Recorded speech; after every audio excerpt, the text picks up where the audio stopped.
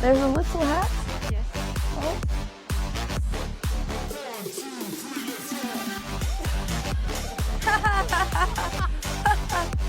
Andrea and Andreas! Andreas! We have you here! We have a girl gang. I've never had this in my life. This is very exciting, and they're all better than me at chess. I know a lot about wine, obviously. Drink it every morning. No, sorry, that's whiskey in Ireland. I confuse the two things. Baguette? Burger. Burger? It's 30 seconds to a minute. Alex might lose her first match. You literally know one opening that's the Because easiest it's to the best memorize, one. and you still It's actually very mess up complicated here. at higher levels. Yeah. Coats and accessories. Yeah. Opa! Yes! Merde, I understood that. So we made it to London barely. Andrea, molto che viene sotto la mecia. Alright, we're crossing the river and there's Big Ben.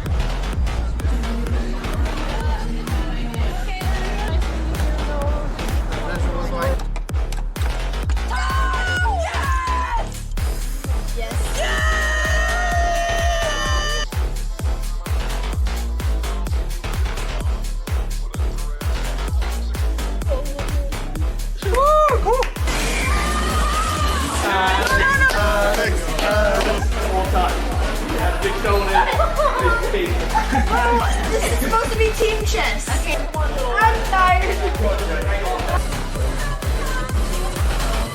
That was fucking terrible. I'm never doing it again.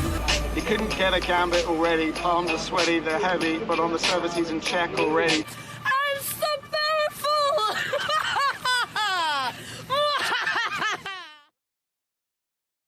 And we are here with Alex's best Norwegian friend. Get in here, Hammer. Get in here, Hammer. Welcome. I have notes. The Yay, legendary notes. Oslo Botez Oslo tour. Yay. What do you think about this work, Nick? Look at this framing. Okay, the framing is not great, but station to the royal palace. Okay. And it has all. We're here with Anna Kremling, my new Botez sister. Might even bring her to Dubai. Overhand machine. Did you hear that? Okay, this is too much. I'm out of it. Don't leave me. Which we're going to be seeing. One of them being seated.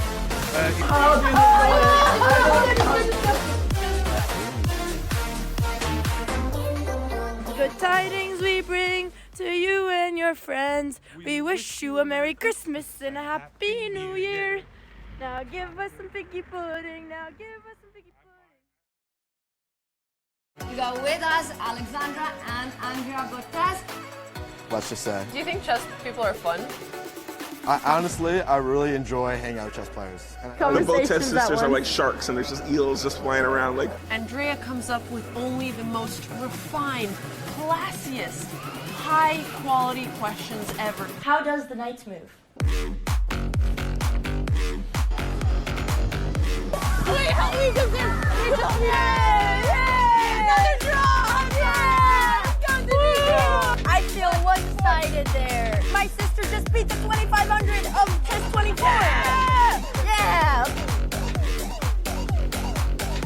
love getting it over. I know. It's not going to be long. I'm gonna climb it off!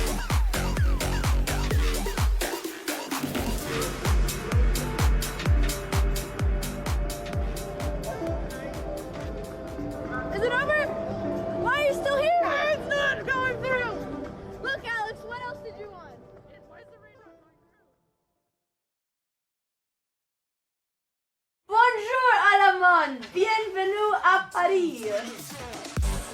Party start. What are you doing? Yeah, what is this? What is this? There's a little hat. Yes. Oh.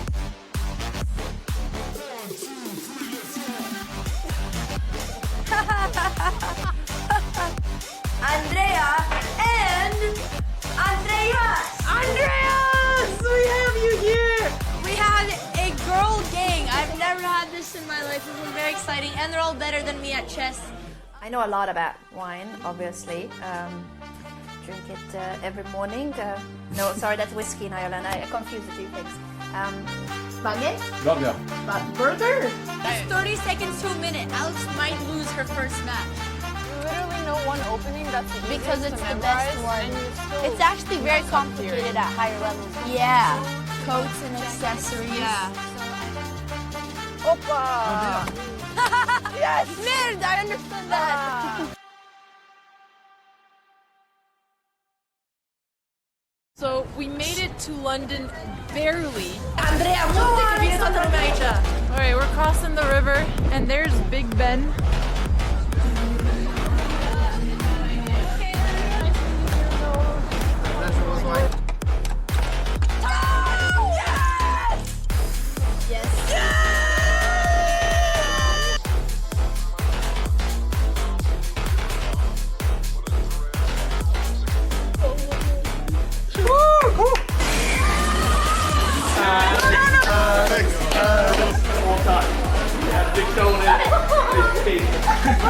This is supposed to be team chess. Okay. I'm tired. That was fucking terrible. I'm never doing it again. He couldn't get a gambit already. Palms are sweaty, they're heavy, but on the service he's in check already. I'm so powerful.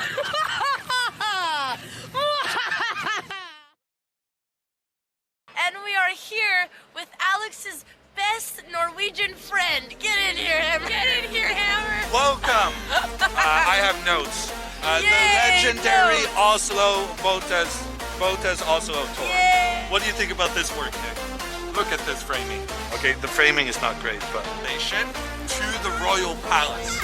Okay. And it has all. We're here with Anna Kremling, my new Botez sister. Might even bring her to Dubai. Overhand machining. Did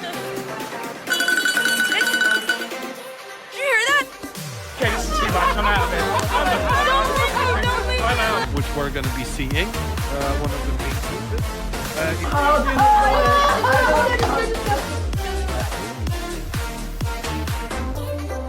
Good tidings we bring to you and your friends. We wish you a Merry Christmas and a Happy New Year.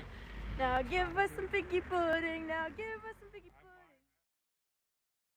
pudding. We got with us Alexandra and Andrea Botez. Let's just say. Do you think chess people are fun? Honestly, I really enjoy hanging out with chess players. And The Botez sisters are like sharks, and there's just eels just flying around. Like, Andrea comes up with only the most refined, classiest, high-quality questions ever. How does the knights move? Wait, help me, because they're help me. Another draw! Yeah! I feel one-sided there. My sister just beat the 2500 of chess 24. Yeah! I know. El Manito! I'm gonna climb it off.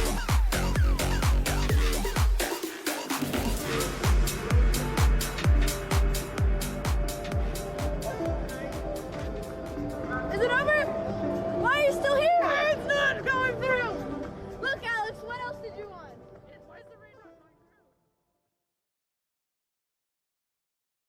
Bonjour, Alamon. Bienvenue à Paris.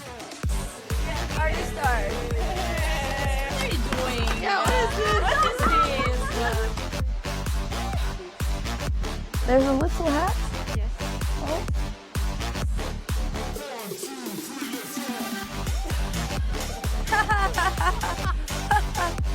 Andrea and Andreas! Andreas! We have you here!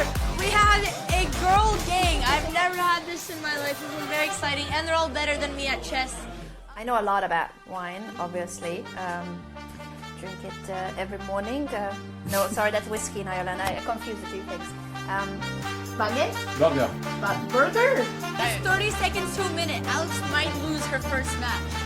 Literally no one opening that's the Because easiest it's to the best memorize, one. and you still It's actually very mess up complicated theory. at higher levels. Yeah. Coats and accessories. Yeah. Opa! Yes! Merde, I understood that. So we made it to London barely. Andrea, molti che viene da Norvegia. All right, we're crossing the river, and there's Big Ben.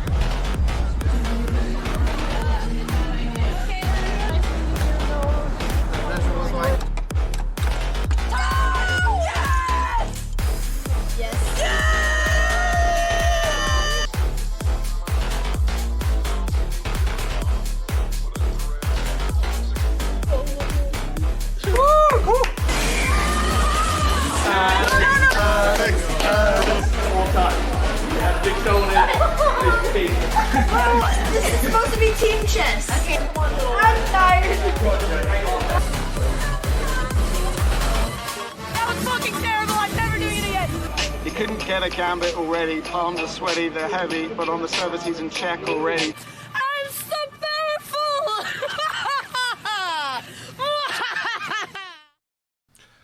Good morning, or rather, should I say, morning, everyone. This is the 5th round of the Reykjavik Open, and we're gonna do it low energy because everyone is gonna struggle with this 9 a.m. local time start. It's 10 a.m. in beautiful Oslo, 5 a.m. on the East Coast. 2 a.m. on the West Coast, which is kind of acceptable because then you probably just didn't go to bed. But then on the other hand, if you stay and watch the game, you're going to miss the second game of the day. So it's a tough choice for the West Coasters. But we are ready today with interesting matchups. Both girls playing similarly rated opponents. Alexandra playing against a fellow Canadian, assumably French-Canadian based on the name, Eve Marin. 2166 plays, doesn't play a lot anymore, but has recently started playing again and is playing some self-made tricky system openings, so very difficult to prepare against. Gonna be interesting to see how Alexandra handles that. Andrea, not really playing a kid, I would say, but at least no longer getting those, that age bracket she has been doing very well against. Mathieu from Belgium is an 18-year-old. But there are rumors of one or more of the Botez opponents playing the Blitz tournament last night, which the Botezes smartly avoided to save energy. So that might be a part of a possible success. Simply getting more rest, better sleep than the opponent. You're allowed to hope for it at least. Wow, Andrea will play a higher rated opponent than Alexandra. Yes, this is true. But also Andrea has a full point more. So basically they're giving Andrea way more difficult challenges to try and stop her from winning all of her games.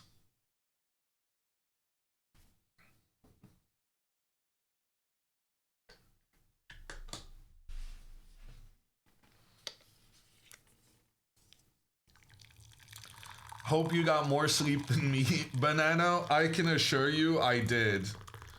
I actually slept quite well. Okay, I don't think that's true though.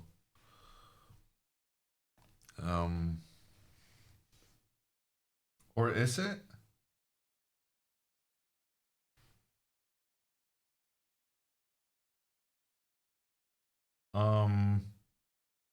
I mean, normally I would dismiss the Alexandra Botez 1 pop-up, but her opponent hasn't been at the tournament for the last 2 rounds. He's taken half-point buys. So when the pop-up showed up, I just clicked it away because I assumed it was a mistake. But there is like a small chance that Alexandra's opponent is not feeling great and will not be able to play the game. Because he did skip the last 2 rounds.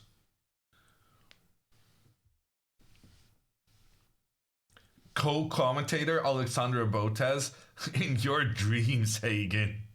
If Alexandra doesn't have a game now, she's going straight back to bed. I assure you of that.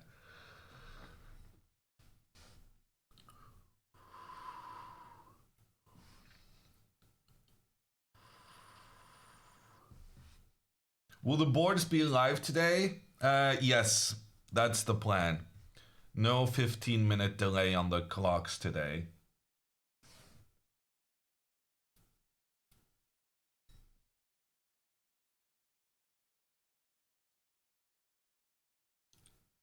Oh. Oh no.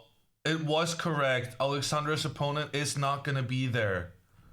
And she drank so much coffee before the game, she's not going to be able to sleep. No. I don't understand. How did the organizers make this mistake? Because I saw this guy on the chess results website the other days. They put him as a half-point buy for today's game as well. Oh, he decided this morning? Oh, man.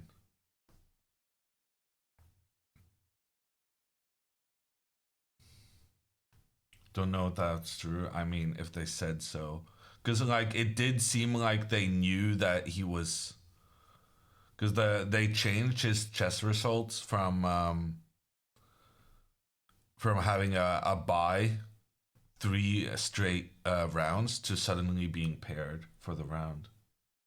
Are you allowed to decide in the morning? No, you're not. In general, you have to decide before the next round is set up. But what are you going to do? If the guy says, no, I'm not going to play, are you going to shackle him to the board? It's not going to happen.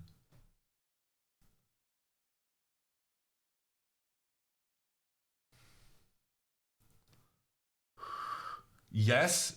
Are you saying yes to the shackling, Holsbein?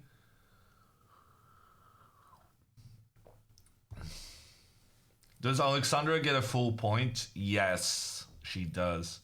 But she doesn't get to play her game, and she doesn't get to sleep in.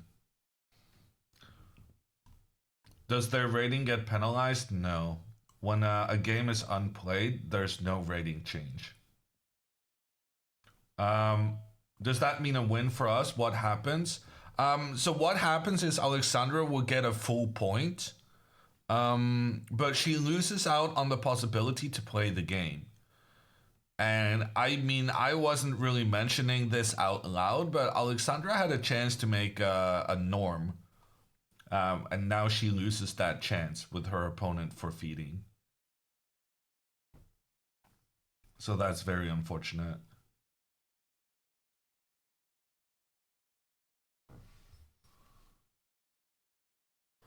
Well, she can study. I mean, sure. But it doesn't... When you're ready, you woke up at 7 a.m. to play a freaking morning round, and you get to the venue and they tell you, oh no, you could have just slept in. It's a real kick in the teeth.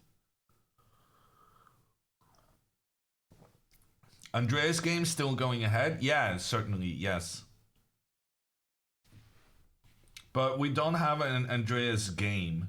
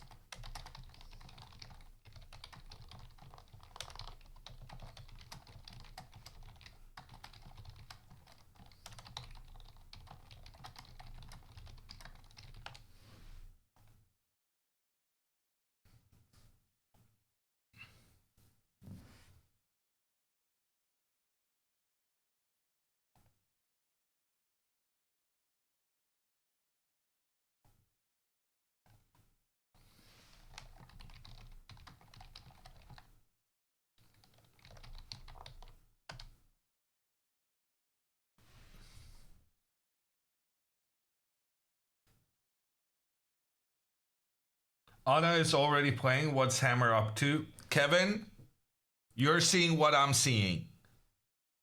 I'm seeing a board with no moves, and I'm seeing no video. Nothing I can do. Dude, I can invent something. I can pretend I have a psychic connection with Andrea. But most likely what's happening is that Andrea is late for the game, which means she hasn't set up her camera and no moves have been made and the game hasn't been started. I don't know.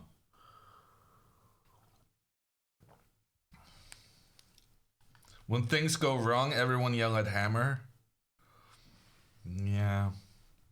The good thing is, if there's a problem with Andrea's camera, now that Alexandra is not playing her game, she can play tech support.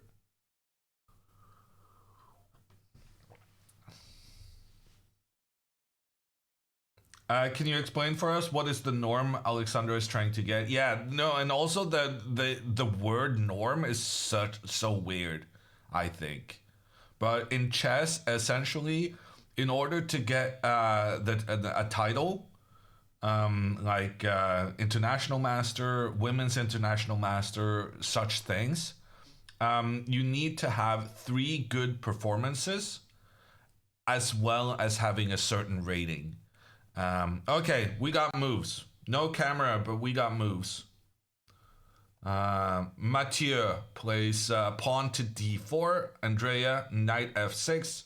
Andrea's gonna play her King's Indian, with which she has lost pretty much every game she's played in the last 2 weeks. Andrea's score with the white pieces, pretty much 100%. Andrea's score with the black pieces, pretty much 0%. But, you know, we love her still.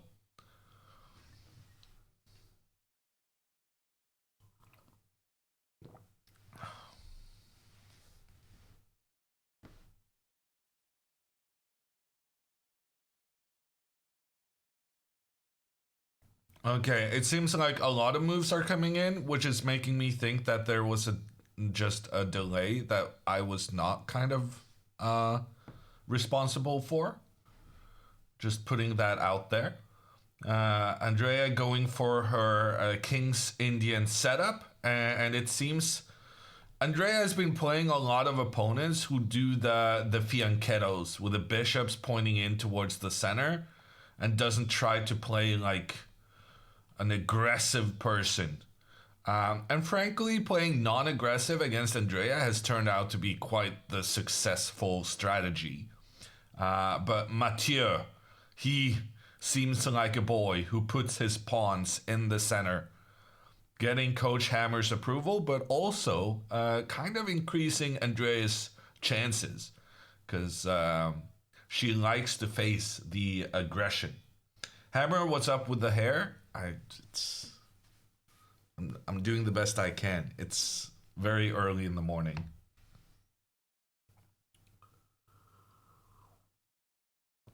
Coinbase seems duplicated in the scene. Wow, I mean, that is completely shocking. I had no idea. It's not like I did that.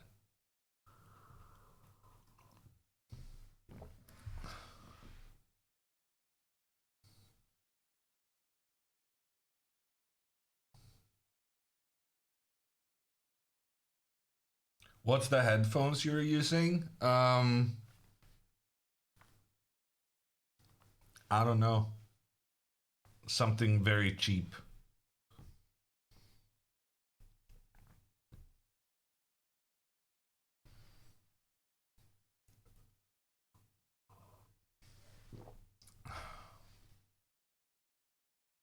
Okay, never mind. Mathieu does not like putting his pawns in the center.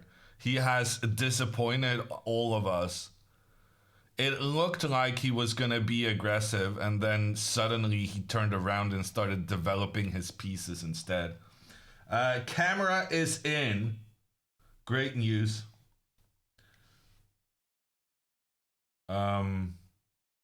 Wait, what? Okay. This is kind of weird. Alexandra's camera is in. Why are we watching this on Alexandra's camera?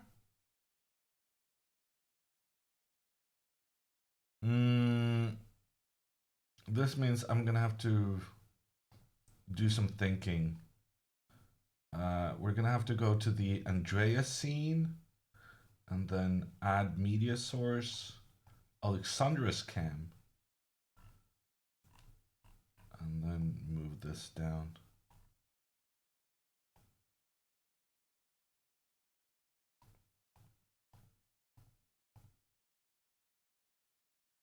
Okay, we got the live position on the board.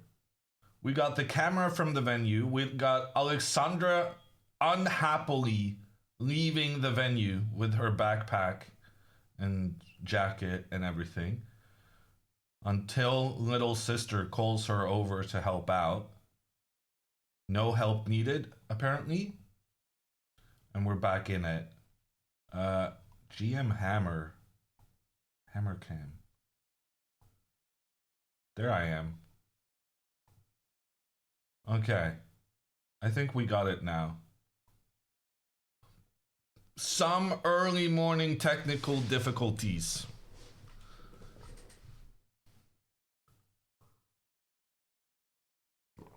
Alexandra is not playing? No, her opponent didn't show up for the round. Alexandra going back to bed? That's what I was hoping, but she told us that she's had multiple cups of coffee. So that's not looking great. Also, what is it with these clock layouts that keep changing on me every day, and I keep adjusting them?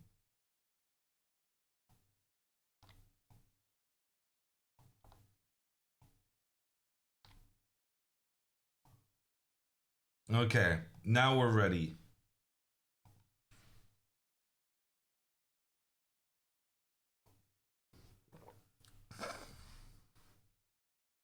You should put Alexandra 1 on stream so people don't ask every 2 minutes.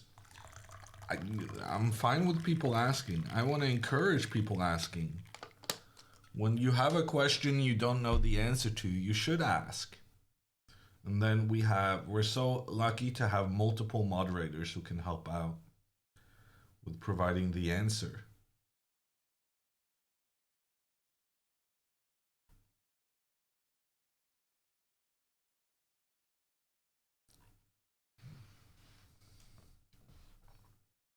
We have mods. I think they're somewhere, Disco.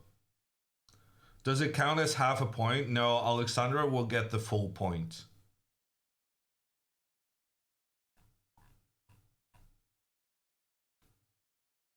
But she doesn't get to play, so she's a bit disappointed.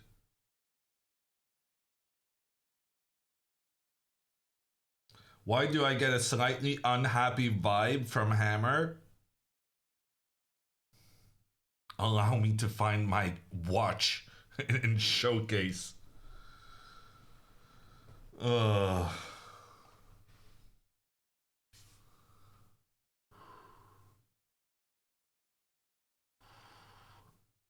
What norm is Alexandra missing out on now? Well, she misses out on the opportunity to get any norm. And that includes IM, WGM, and WIM. Hammer, it's 2 a.m. for me. Yeah, Joe, you're not getting sympathies for being up at 2 a.m. That's my normal rhythm. Okay, Andrea's opponent started developing pieces. Andrea is now kicking the bishop back. The guy's going to move the bishop back. And now, computer wants Andrea to continue chasing after this bishop and then trade this knight for it. Pros and cons. You win a bishop for a knight. You get the bishop pair, which is definitely Hammer approved. but you also create some weakening of your king side, which is not great because you're likely going to put your king over to that side. And when you take the bishop, they will we will be opening up the H file for the white rook. So pros and cons, but computer likes it. Andrea instead has castled, and now her opponent should play. Engine is actually suggesting h3 with the idea that now if g5, bishop goes back, knight attacks bishop, the bishop can actually hide out. Wow, computer really likes trying to escape with this bishop. But boy, has that one had quite the journey. Okay, he decides to go e3 instead, which seems rather sensible.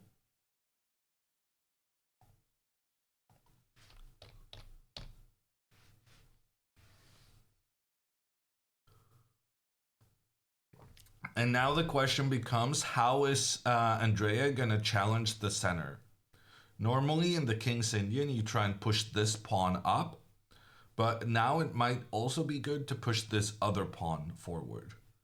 Essentially, what Andrea wants to do for the next couple of moves is that she wants to challenge this d4 pawn so that the scope of her bishop that's right now pointed into this pawn, a pawn defended by another pawn, you want to break up this central pawn structure to open up the great potential of this bishop pointing down through the center.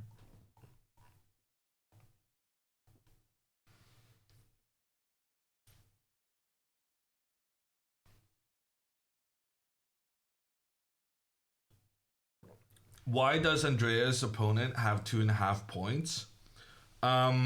Because this tournament is being done with accelerated pairings, which means that the best players get like an invisible point at the start, and then their invisible point is gradually taken away as the tournament progresses.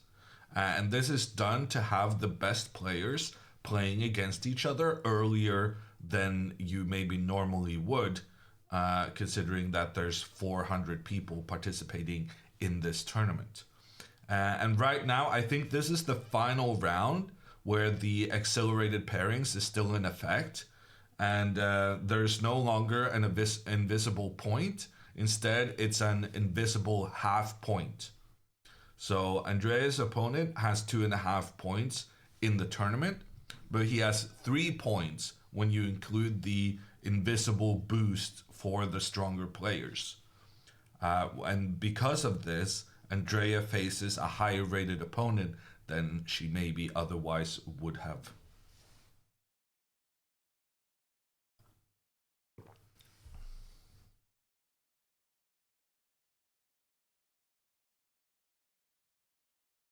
Where do players go when they leave the table? Most of the time you just walk around the venue and you look at some of the other games, and typically you look at the games of the people you know, either personally or through Twitch. So you're gonna see more people checking out the streamer games than the others, probably. Or you go to the bathroom, or you go have a snack, a banana, stuff like that. Coffee.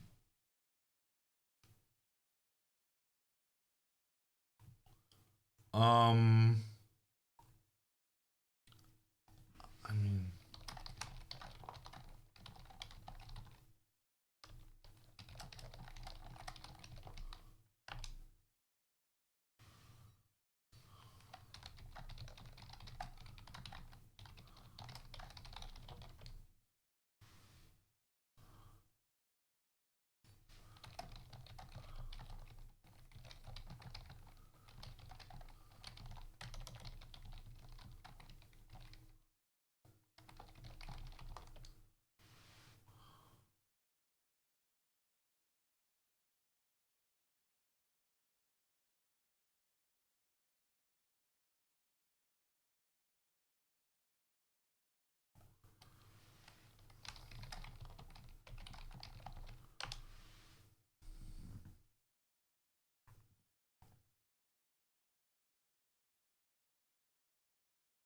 Andrea did play pawn to c5. That was the top move from the engine. She's putting that pressure in towards the center. I'm not super familiar with this setup from the white pieces, but it kind of feels like Andrea has had a good start to the game. What are they writing? They're writing down their moves.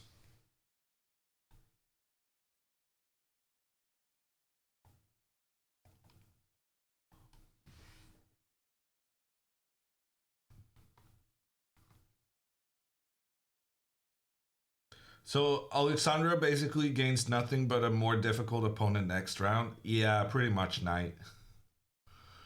That's well, she also gets one less. No, I don't think she even gets that. I was gonna say she gets one less black game, but I think when your opponent forfeits without there being any moves played, it doesn't count as a black game for you. So yeah, Alexandra was pretty disappointed.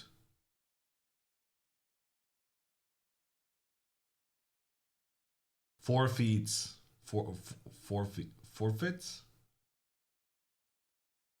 I'll work on my pronunciation. Okay. Whew. We're about to do something technical. Wish me luck, people. Back to overview.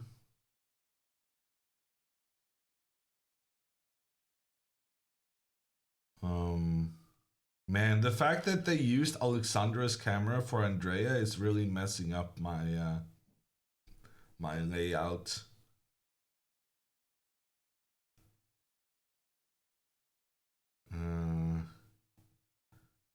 I guess I'll just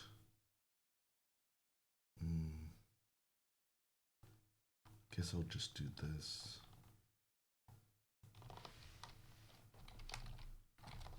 Change it back afterwards.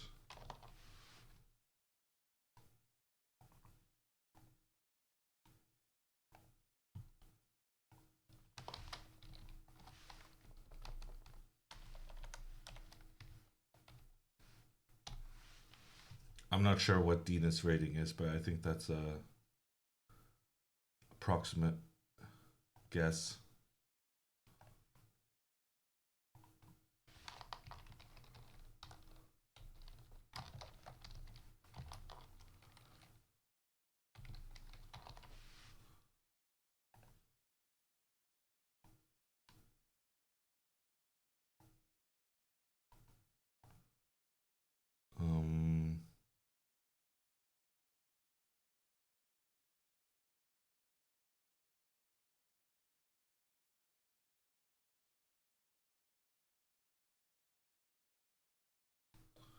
Oh, this is gonna annoy the.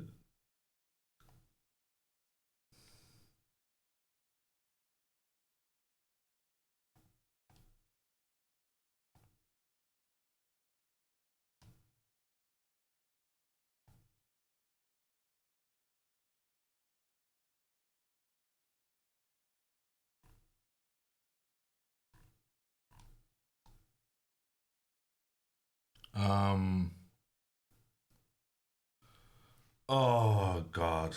Okay, I'm going back to this one.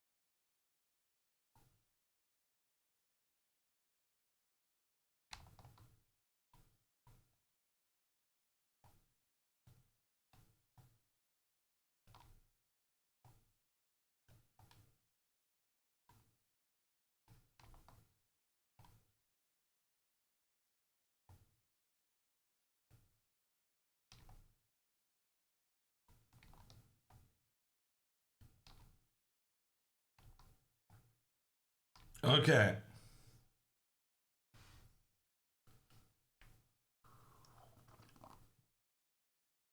We're up and running. Let's see. What is Dina's position looking like? Age 6, age 4.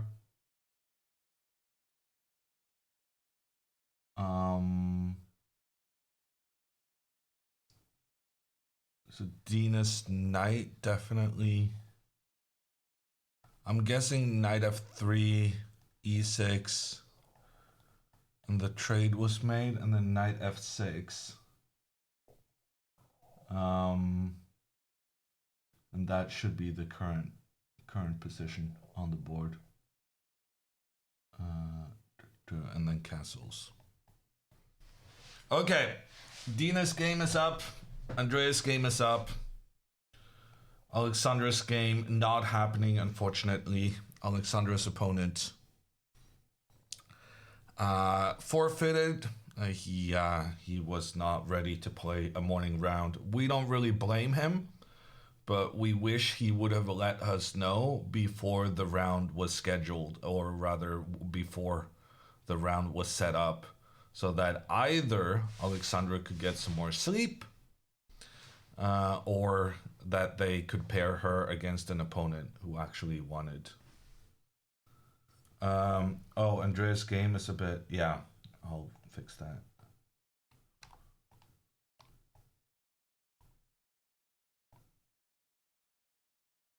Not bad.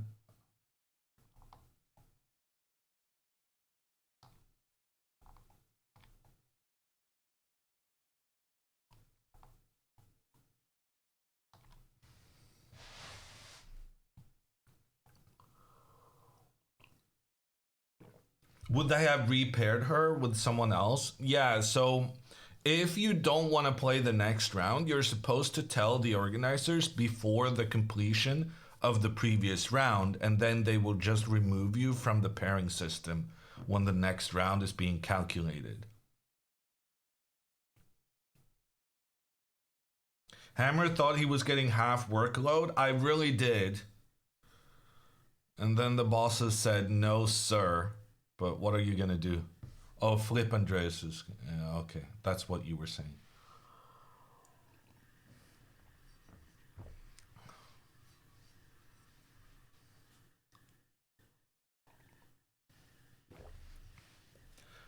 Interesting from Phil.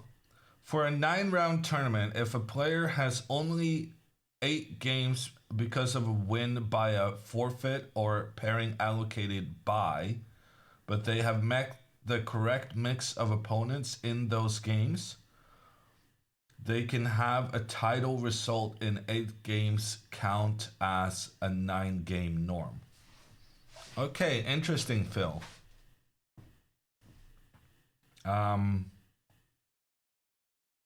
Yeah, I'm not sure it's going to be relevant anyway, because Alexandra, well, she did play.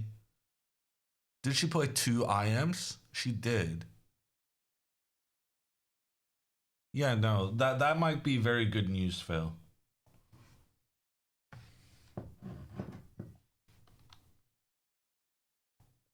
But I didn't really want to bring up the idea of a norm, but I kind of did, because I felt like the conversation naturally went that way. But now, yeah, now there's going to be the pressure to justify the norm discussion, which is a bit unfortunate. Why is Dina's opponent so low elo? It's kind of like the same with Andrea, right? Dina's playing a very... Honestly, wow, I'm just realizing Dina was very close to playing against Andrea. So Andrea is basically in the same situation, in that her rating is slightly higher than Emerson. And then in theory, she should get a slightly higher rated opponent, which could be Dina. They were reasonably close to facing each other, but it didn't match with callers, though. Dina was due a black game, and so was Andrea.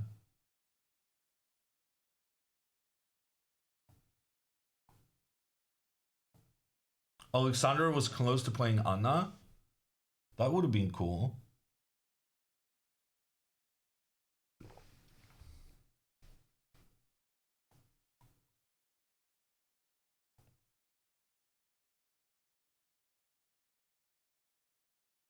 You deleted the Coinbase logo? Oh god. There's always something, huh?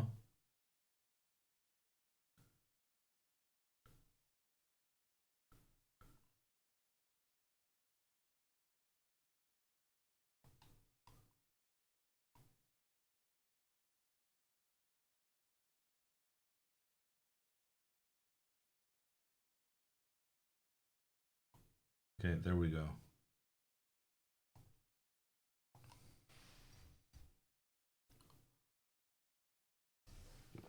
Are the clocks live or delayed? Okay, so now the clocks in Dina's game is delayed, and in Andrea's game, it's not delayed.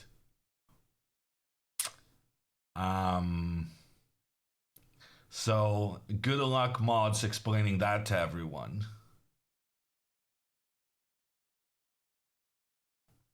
You can't see the Coinbase outline white on white. Sure, Miss BotezLive. But do you want to go in there and replace the cloth with a black one? You want me to move the logo to the upper right?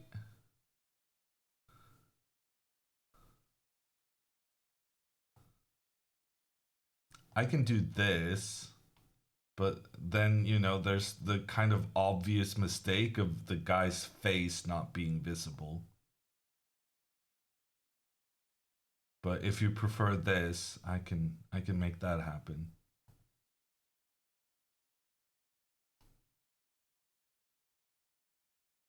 There's one with an outline and the other scene. Yeah, no, it's not it's not one I can move. I can't move it. I didn't realize how problematic it would be Alexandra having a buy and now sitting there watching the stream pointing out everything I'm doing wrong.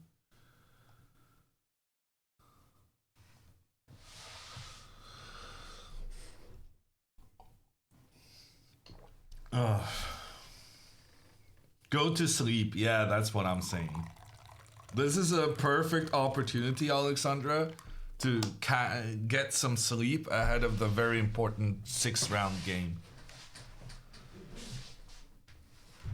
Also, please comb your hair. You're crazy if you think this hair is uncombed. That's why it's looking like this.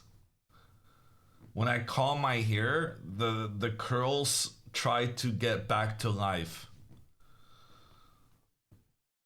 Trust me, if I didn't spend a minute trying to get my hair under control, it would look a lot different. It would be like this.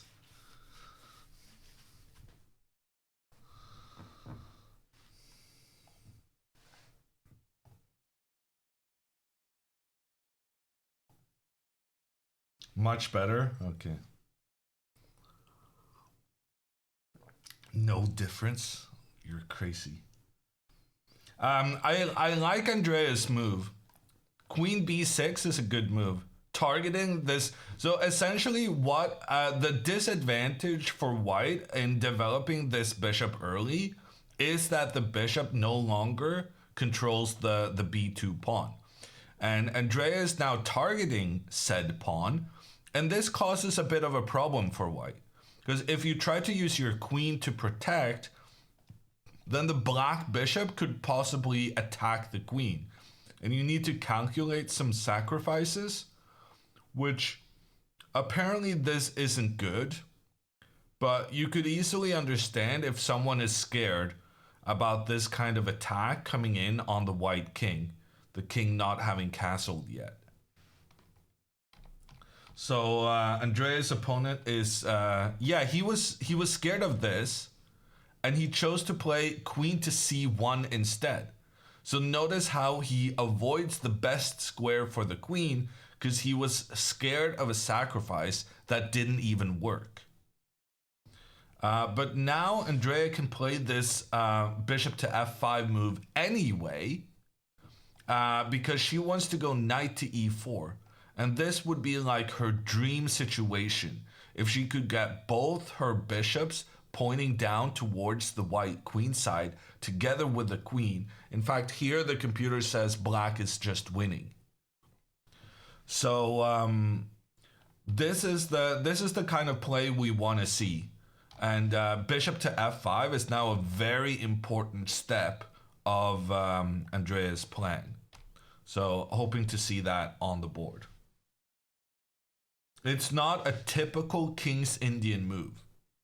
So here, Andrea needs to get out of the kind of King's Indian thinking way of thinking and try to look at the immediate possibilities you have with this bishop and queen pointing in the same direction. In order for these pieces to maximize their value, you need to try and remove this white knight. And that's why bishop f5 is such a good move, because then you have the opportunity to increase the pressure and try and trade off the white knight. But bishop f5, not a classic move in these kind of situations. So let's see if Andrea finds it.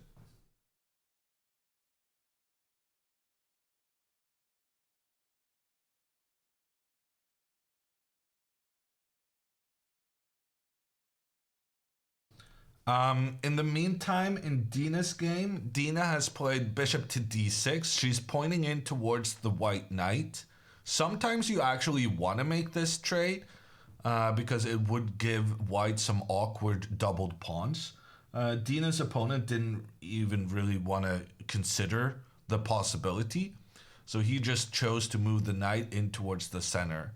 And then after the trades, the white queen is pointing down on the black king.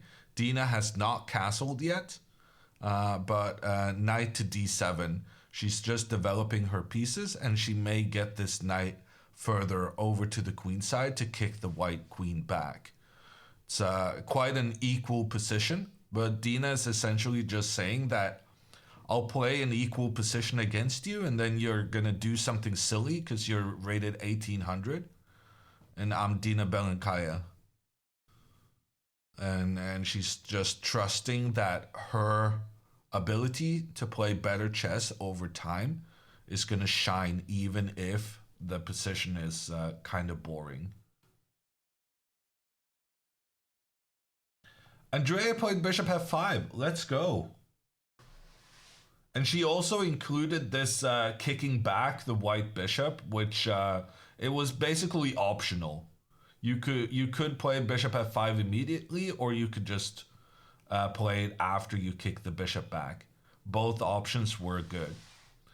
And now white already actually has to be quite careful. If white doesn't find the right move now, he's gonna be in serious trouble. The threat of knight to e4 is so strong that knight to d2, trying to take control of that square, making sure that black cannot trade off the white knight on c3, that's pretty much the only acceptable move for white in this position.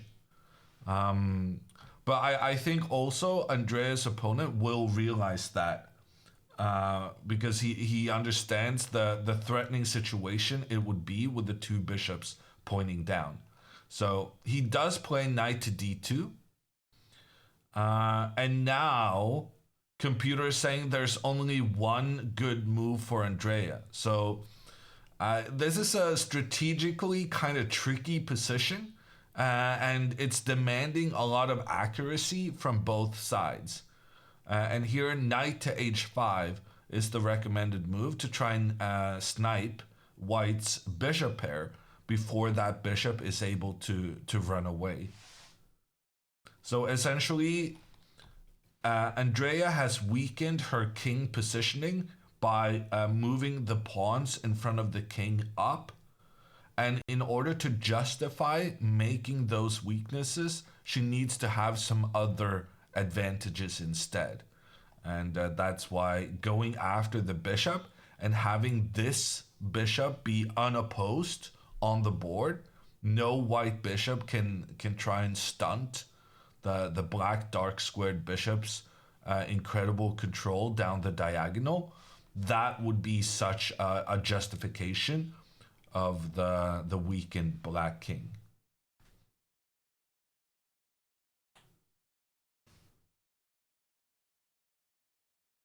We have 2 games today. Yes, Jimply. So even if Alexandra's opponent didn't show up for the morning round, Alexandra will still have an opportunity to play today because she's playing again, and she's playing again at 4 p.m. Icelandic time, which is 6 hours from now. Yes. 6 hours and 10 minutes from now. Hammer in direct competition with Ben Feingold. I mean, I've always been in direct competition with Ben Feingold. You guys just didn't realize it until now.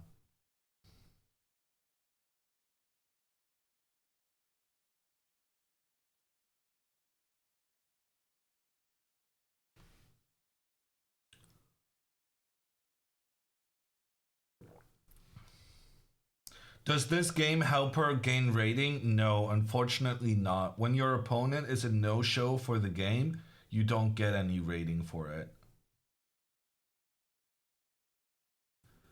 Hammer, can you send the squeak video? Oh my god. You're being very demanding, Alexandra. And you're expecting technical ability of me that I just don't really have.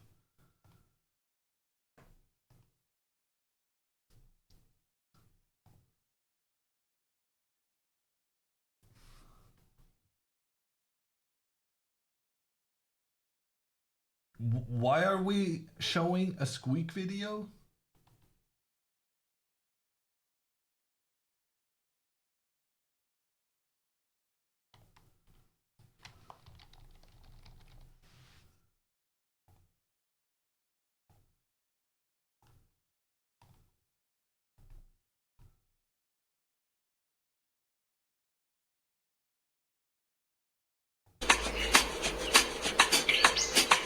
Oh god. Who's bird watching?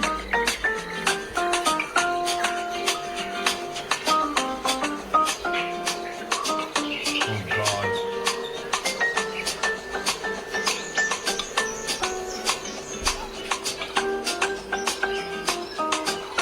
Oh, that's the wrong way.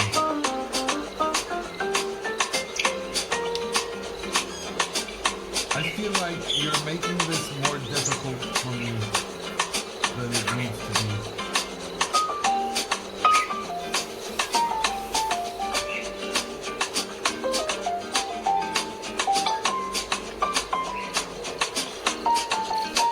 Okay, here's squeak.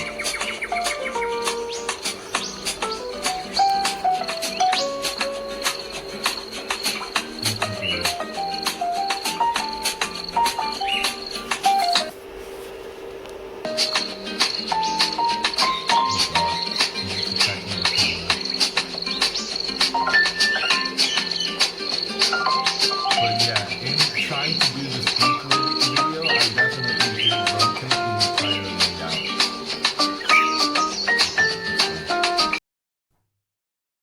And it disappeared.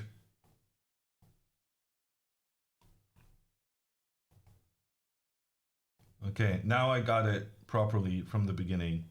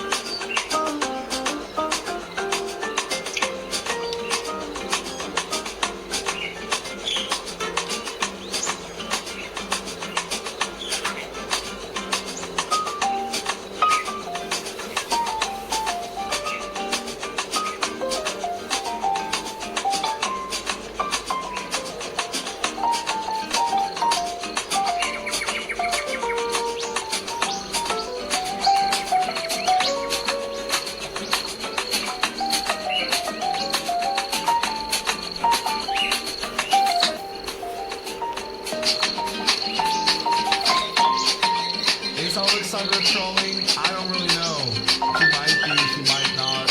She's fond of that bird. I can never tell.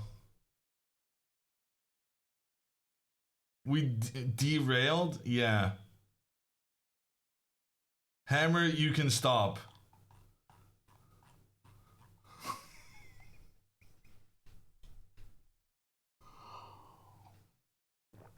This is kind of nice. Andrea's opponent is forcing her to do what... Oh no, Andrea did play knight h5. That was the move. Okay, Andrea played like 4 top moves in a row. Andrea's playing pretty well now. She has a very nice position. Happiest I've seen Hammer all tournament. I genuinely did not realize how bad it was gonna be with Alexandra's game not happening. I thought it's sad for her that she doesn't get to play her game, but you know, at least she's gonna, you know, get some sleep or something. And I just didn't realize this meant that I would try to get Dina's game up and running, have to play squeak videos and correct Coinbase logos. It's just... I didn't understand the ramifications of what happened this morning. And it's 10 a.m. ish. And I'm not ready for it. Hammer will be a tech guru at the end of this. I find that highly unlikely. In order to be a tech guru, you actually have to do these kind of things at your own pace without the pressure of thousands of people watching you I'm not even gonna hold back mince words. Fuck up all the technical stuff, and then it turns out I don't get sound on the video. Am I supposed to know how I get sound? Why isn't the sound playing automatically? I did it as a media source, which was how I messed up the cameras on day 1, and so I thought I had learned how to deal with that, but apparently I hadn't.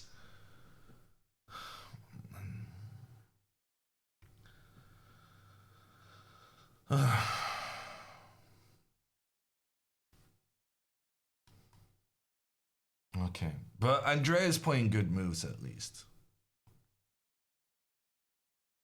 And Dina is just playing as if she's just chilling out. Dina's opponent played c4. And Dina's not at the board. So that's the current situation there. And then Andrea's opponent did play bishop to e2, pointing the bishop towards the knight. Andrea has taken the bishop pair and then completed her development. I am so proud. She took the bishop pair. She castled on move 6. Alexandra, take notes. And now she's completed her development. In the confusion of everything that's happening around this game, I think we're forgetting that Andrea is kind of outplaying her opponent. The computer thinks it's equal, but I think black is significantly better. I think the computer is just dead wrong, saying this is an equal position. I think black is just much better. Because we're about to, you know, get this rook here, maybe the knight up in the center. Like, what are these pieces doing? This guy cannot move because it needs to block this bishop's diagonal. This guy, well, I mean, you can move, but there's not a single good square for the knight. This bishop, like, what's this bishop doing? The best it can hope for is getting traded with the black bishop. I don't understand what white is doing in this position. And this incredibly powerful bishop pointing down the board with no white pawns blocking its path. It's wild to me that the computer thinks this is equal, because Andrea looks much, much better. Dina is military girl. Apparently she is today. Don't ask me about fashion.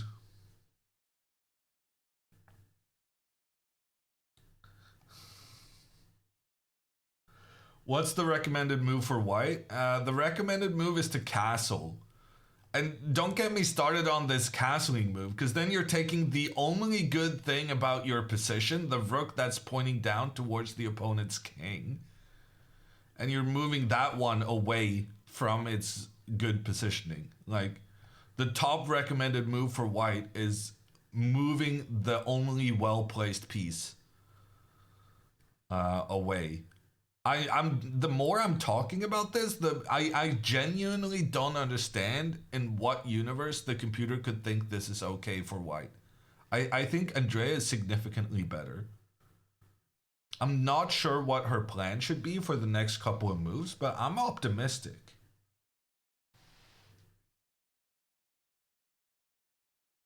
How do you get into these chess tournaments?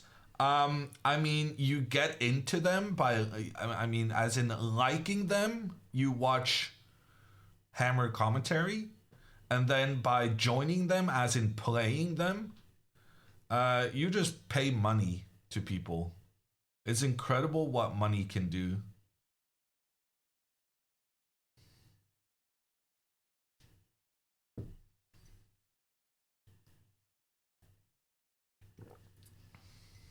Can we pay you? No. But you can pay the organizers to join their fantastic event at the Iceland Concert Hall.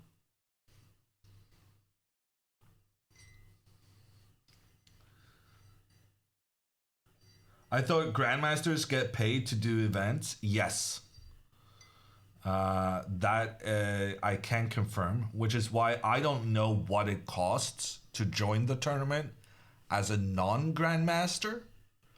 But I can tell you from experience many, many decades ago that the way to join is usually bribing, aka paying for a service.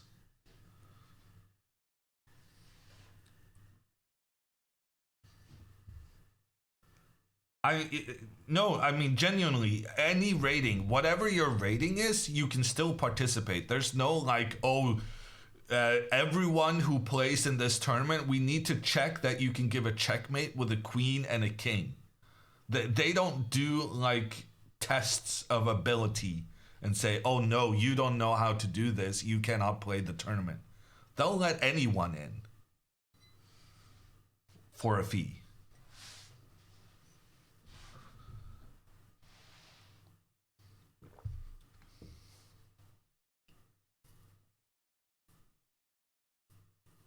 Don't these tournaments make chess an expensive hobby? Yes. Chess is very, very expensive. And that's it's kind of the trick that some people who market chess, they're like, oh, all you need to play is a board and an opponent. And that is definitely true from like a hobby perspective. You can go to the park and play against anyone, and it's super cheap. But competitive chess with tournaments lasting many days and travel and hotel and whatnot, that does unfortunately mean that chess is rather expensive.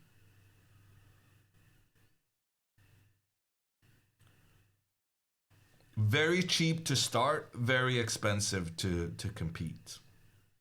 More expensive than golf. I would think chess is less expensive, but I don't know, maybe not.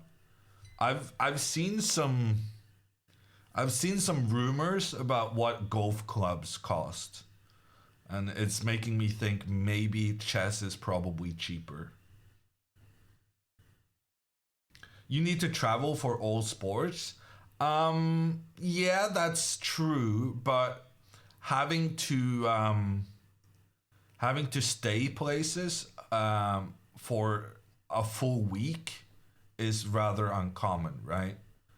So most sports you play, whatever, 6 games in a weekend. But some of these chess tournaments with 1 game a day, 9 days straight, that's it adds up when it comes to hotel nights.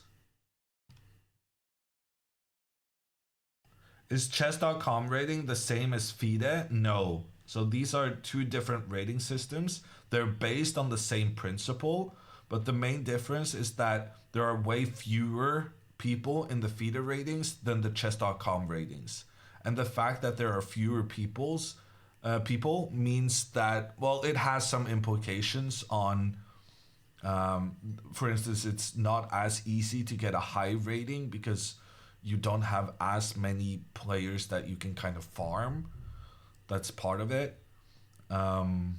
Stuff like that. F4 is a good move. So Mathieu understood that his position long term is kind of rubbish, and he needs to act very quickly to try and create something. So castling, I think, from white, even though that was initially the computer's recommended move, I think that would have been a big mistake. Instead, Mathieu is trying to utilize the fact that he has a rook pointing down towards the black king, and he's basically now just trying to create an attack against that black king and trying to eliminate more of the pawns that's defending. And right now, Andrea needs to find this move, pawn to e6, because frankly, her bishop is about to be trapped.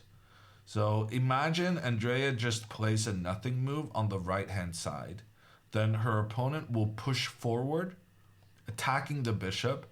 The bishop can try to retreat, but then the pawn will continue forward, attacking it again.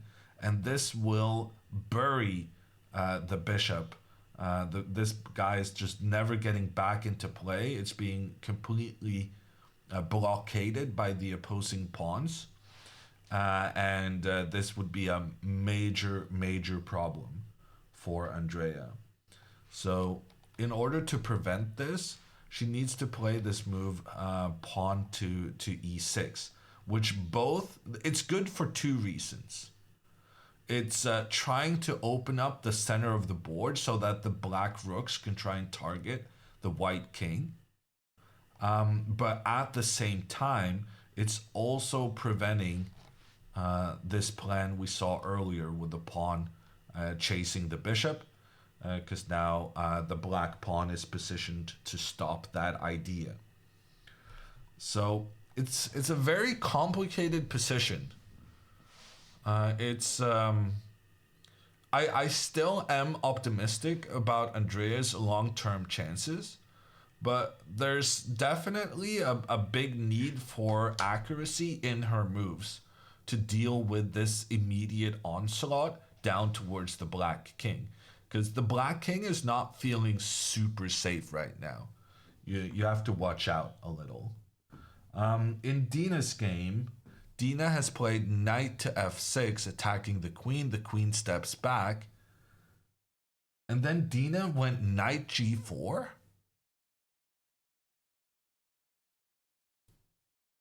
Knight g4, really?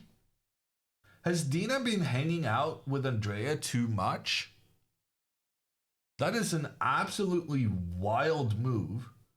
She's moving her knight up into an attacking position without really having the forces needed to justify an attack in this moment. And she's inviting a repetition of moves. Like her opponent can go queen e4 now, and then she just has to move back. So she's basically inviting a back and forth, unless she wants to go pawn h5 to protect the knight. But then, I mean, you haven't castled your king, and there's quite a lot of threatening pieces that could point down towards the black king where it stands. So this, I would think, it would be very scary to try and use the pawn to reinforce the knight's positioning. So, not feeling this knight g4 move. That it feels like you're trying to attack in a position where attacking just really isn't necessarily justified. Andrea has played knight to f6.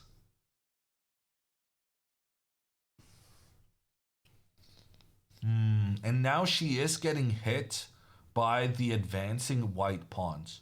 So pawn to e4 now, the bishop will have to go back. And then the bishop will be chased again. And we're going to end up in one of those situations we were kind of hoping to avoid, where the black bishop is buried in the corner. So here, this bishop would be the most horrendous piece on the board. But at the same time, it's actually advantageous that white had to move this pawn up in the middle, because now this square is not available to the white knights. And even though this bishop is super bad, the other bishop is super good with all of white's pawns being on the light squares, which means that the white pawns are unable to try and stop the influence of the Andreas dark squared bishop. And also because all of white's pawns are on the light squares, it means that these pawns are blocking the bishop in like every diagonal imaginable. So like this bishop isn't very good either. But for some reason, the computer feels like Andrea's position is terrible here. And I don't understand that. I mean, this looks completely viable to me.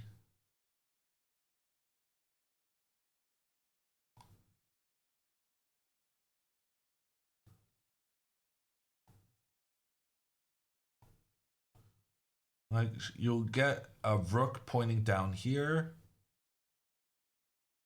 You maybe have to... So one of the bad things is that this knight now is blocking the bishop, and the areas it's attacking is very well defended by the white pieces. So the knight will probably have to reroute to the e5 square, but I mean, that's fine. Shouldn't be that big of an issue. Yeah, once again, I just... playing knight to f6, which Andrea did right now, it's definitely inaccurate, but it's not a disaster by any means. Ooh, and her opponent didn't even push the pawns forward. He castled. And that gets a question mark, because once again, we talked about how the only good thing about white's position was this rook potentially pointing down towards the black king. And now he voluntarily moved the rook away from that open file. And now even the computer agrees that Andrea has a really nice position. But it also wants her to play this pawn to e6. Which it's just a very important move, because she wants to open up. She wants essentially to get rid of her own pawn in order for the rook to point down and put pressure in towards the white position. Like, Andrea is so close to just being winning right now. I really, really like her position.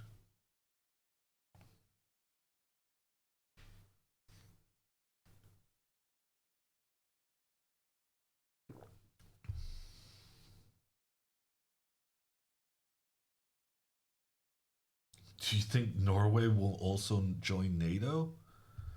Is that the level of trolling Twitch chat does in the morning?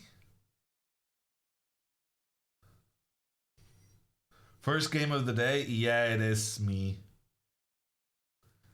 Surely she won't blunder. Yeah, I should mention that if you do like a nothing move on the right side, then this pawn will attack the knight and the rook will attack the bishop. But Andrea is acutely aware of the rook changing position as part of the castling move, and that the rook is now pointing down on the bishop. So I'm not very concerned about that. Didn't we basically create NATO? I think that's maybe giving Norway too much credit. But we've definitely been in for a very, very long time. Maybe we were one of the founding states, yeah. But essentially what that means is just like we didn't have the military power that Sweden had to manage without allies. Well, and also we had some natural resources that the Germans wanted that the Swedish didn't have.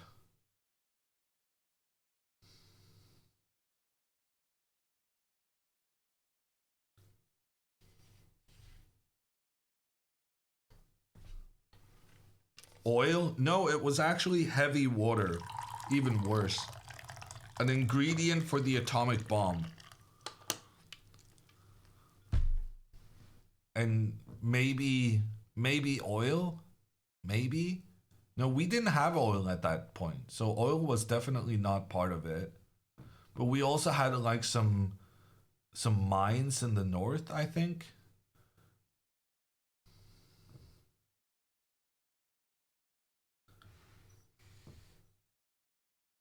Didn't Sweden send iron ore to Germany? Yeah, and it went through Norway, right? So they wanted to control the railway from Sweden to Norway to the coast, and then the iron gets shipped, probably.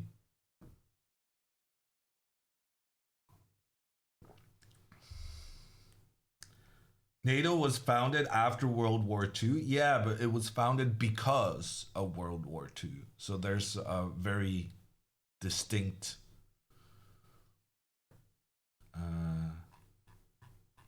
causation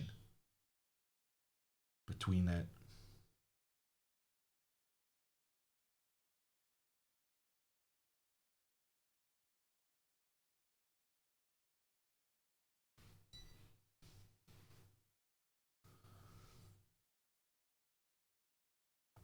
Did a Norwegian invent the Ouija board?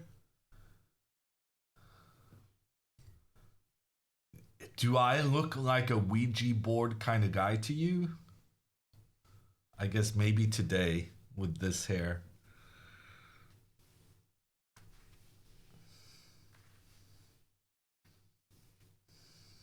Chat being very happy to say yes.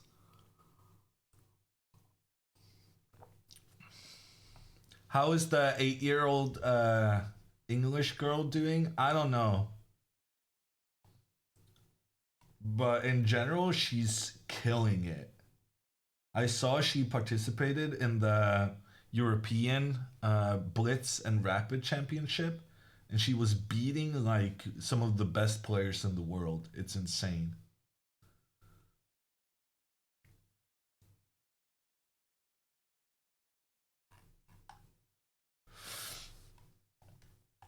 Let me check here. Bud Hana. I'm probably pronouncing it wrong. She has... Oh, she's not doing too well. She has 2 points out of 4. But she'll come back stronger. Still half a tournament left. What happened in Alexandra's game? Alexandra's opponent was a no-show. So Alexandra was given the win, but she doesn't get the rating for it. She was a bit disappointed.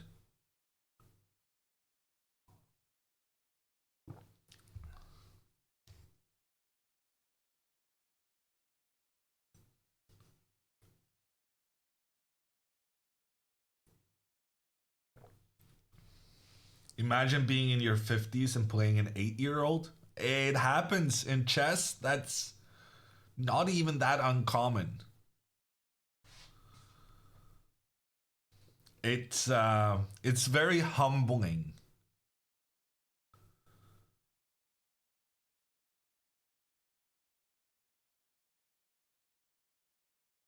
What good is a win with no rating?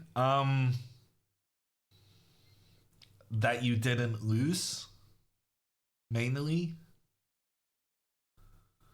It's not that the win is good, it's just that the alternative would be worse.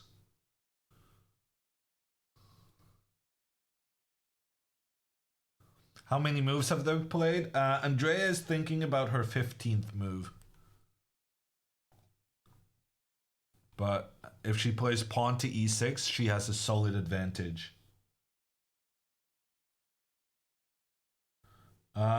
What's going on in Dina's game?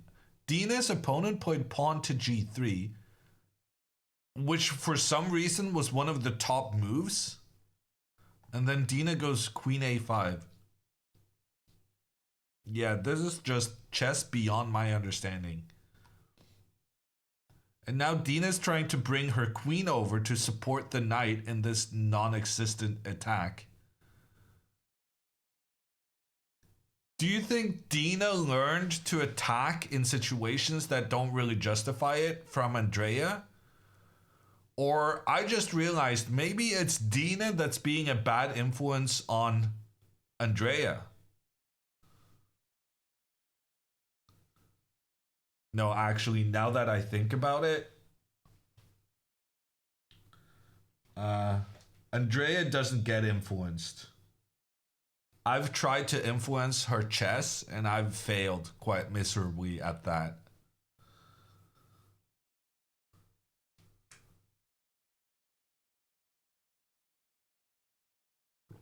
Andrea's stubborn, that's one way of putting it, yes.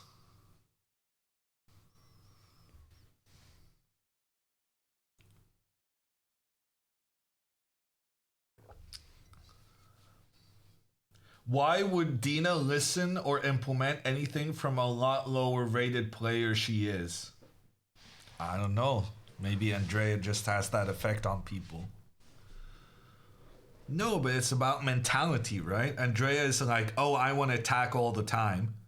And then Dina's like, oh, I should try and attack. And then sometimes you go on the attack, even if the position doesn't really justify an attack to be made. I'm starting to think Dina might consider pawn to g5. Like, she might try to sacrifice a lot of stuff here and just try and open everything against this black king. Honestly, if something like this happens, then Dina's strategy will be entirely justified. Something like this would be super scary for white. I'm not a huge fan of this g3 move, but it was actually recommended. I'm amazed that this Emerson guy, he could have just gone for the repetition of moves and he chose not to, which is pretty bold.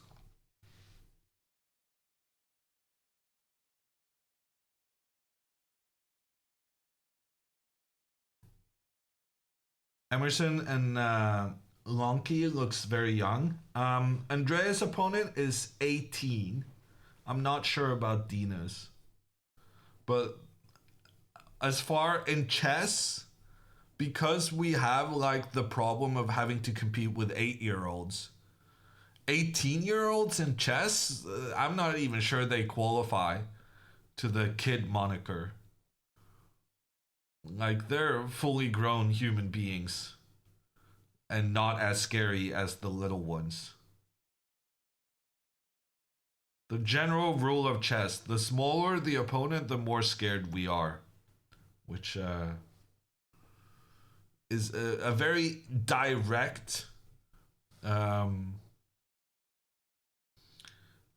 it's completely opposite to boxing, for instance. Which is maybe why chess boxing is such an intriguing activity.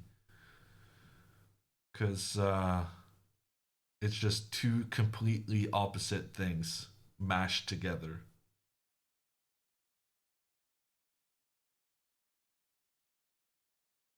Does an opponent's bad move throw you off more than a good move?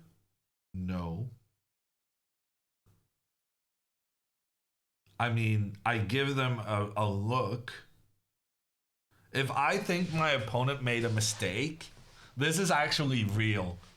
This is real, but it's kind of psychological warfare. If I think my opponent made a bad move, I will look at the board and I will look at them. And I will look at the board and I will look at them. And by doing this, you're kind of telling them, oh, you sir, you messed up. You've gone and made a mistake, haven't you? And it really makes them nervous, or so I hope. But then on the other hand, you're kind of telling them that you think they made a mistake. And if they didn't make a mistake, then that's kind of embarrassing for you. So I'm not sure it works in every situation, but at this point, I kind of made it a habit.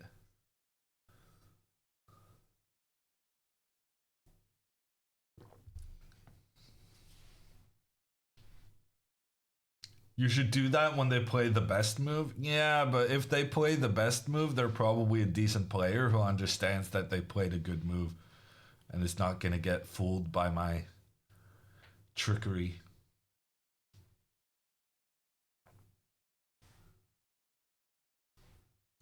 What look do they give you when you've made a mistake? I don't make mistakes. And when I do, my opponents often don't realize it. I don't know. When I make mistakes, I'm too busy, bashing myself for being such a bad chess player to notice what my opponent is doing.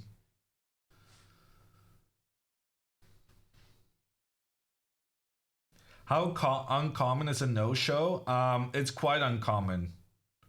Because normally, if you're not going to show up, you let everyone know the day before.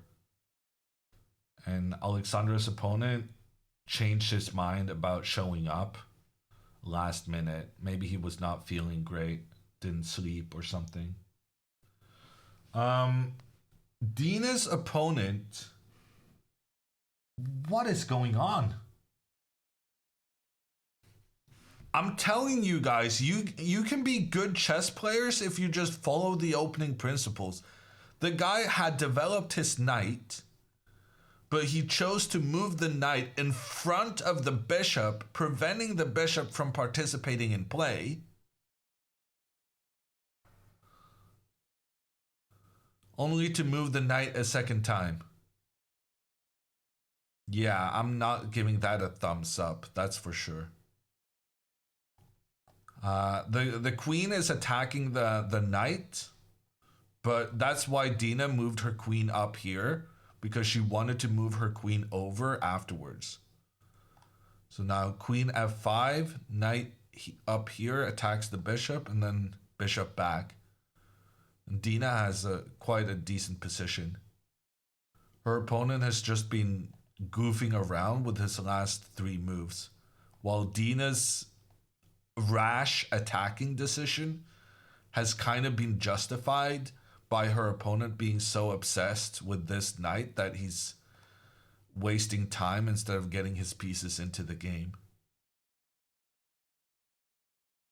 Wow, computer actually feels like Dina's better here, which is not obvious to me, but good for her.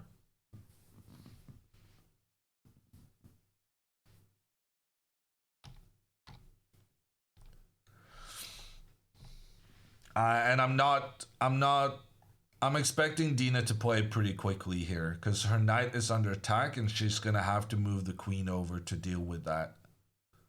So queen f5 is pretty obvious.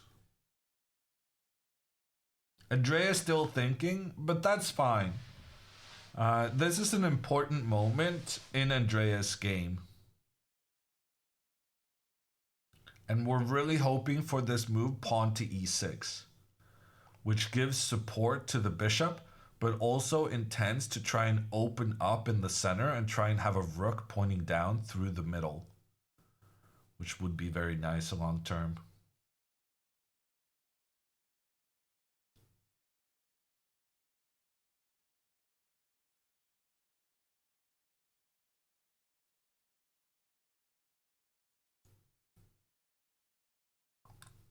What would knight g4 do for Andrea? Not much, unfortunately.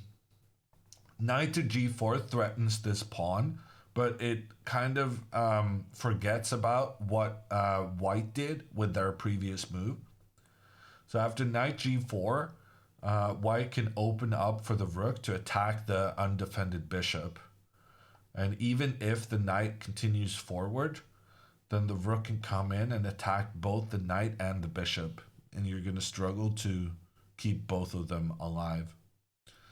So yeah, computer really hates that.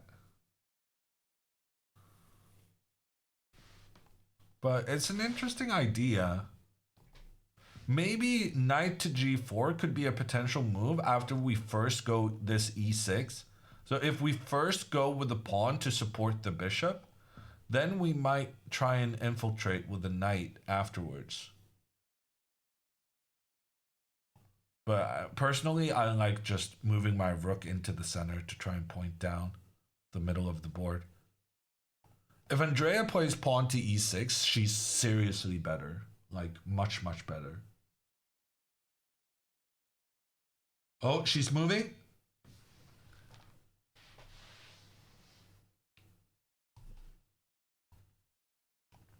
I mean, some people in chat may have thought that with Alexandra getting a free point today, she was going to catch up to her sister. Andrea has been improving her record on the highest rated player she's ever beaten. She made the record in Prague.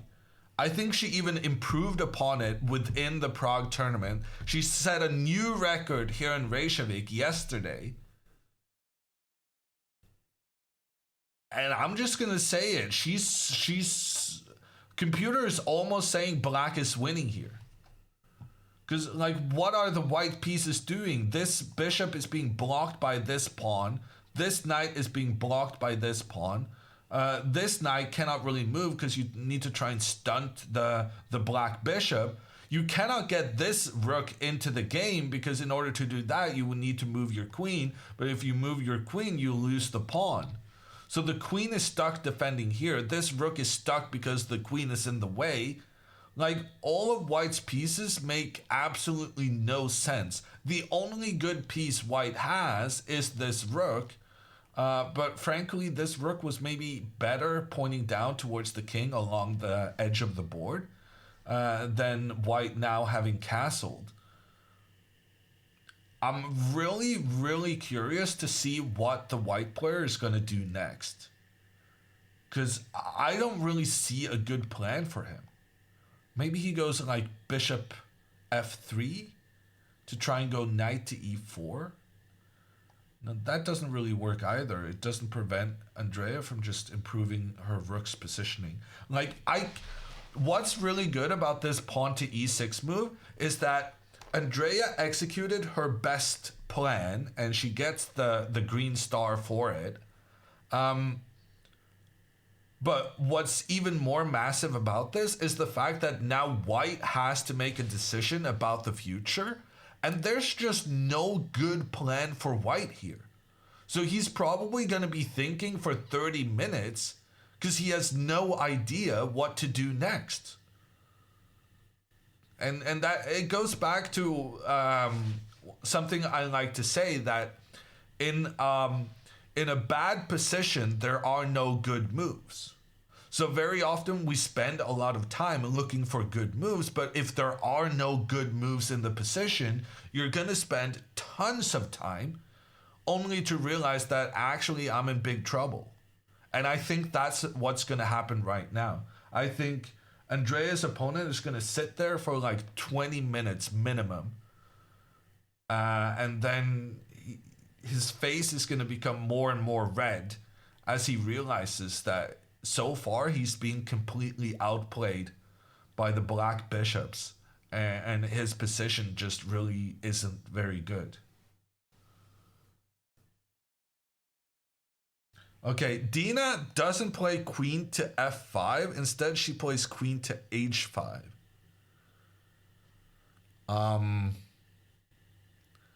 Which is not as centrally located as the alternative. But Dina's cooking. Dina's idea is that if play just develops semi-normally, I think what she's saying is that with this queen on the h5 square, she can do something like pawn to g5 in the future. And then if this pawn is captured, she can go for the checkmate. So Dina is really... She's really taken Andrea's mentality to heart. And she's going for the very straightforward, obvious attacks, even when you don't have that many attacking pieces. And you're essentially just saying, I hope it's going to work out, because my opponent is probably going to make a mistake. And, well, to be fair, her opponent probably is going to make a mistake. He already didn't handle this perfectly in terms of taking a well-positioned knight and starting moving it around, allowing black to improve her positioning, while white really hasn't accomplished that much in the meantime. In fact, the maneuvering of the knight to the e4 square, that has cost this knight 2 moves. But as a part of the problem with this is that when Dina castles, she's going to be attacking the d4 pawn. And that pawn would have been defended. If the knight had just remained where it was, this pawn would be completely fine. But because you did the big maneuvering, your pawn is in trouble. And then you're going to have to spend more time keeping that pawn defended when you could have just not moved your knight away from a good positioning to begin with. So what I'm trying to tell you, kids, is don't move the same piece more than once in the opening, unless there's like a very, very good reason to. Because speaking of other people who played the same piece more than once, look what happened to the guy who moved his bishop once, twice, 3 times. Okay, to be fair, Andrea moved her knight 3 times as well. That was maybe not the best example. But the guy moved his bishop around and it just got captured. And now he has to deal with Andrea having the bishop pair and having those 2 wonderful bishops pointing down towards the white queen side, making white's pieces completely tied down and unable to do any positive contribution.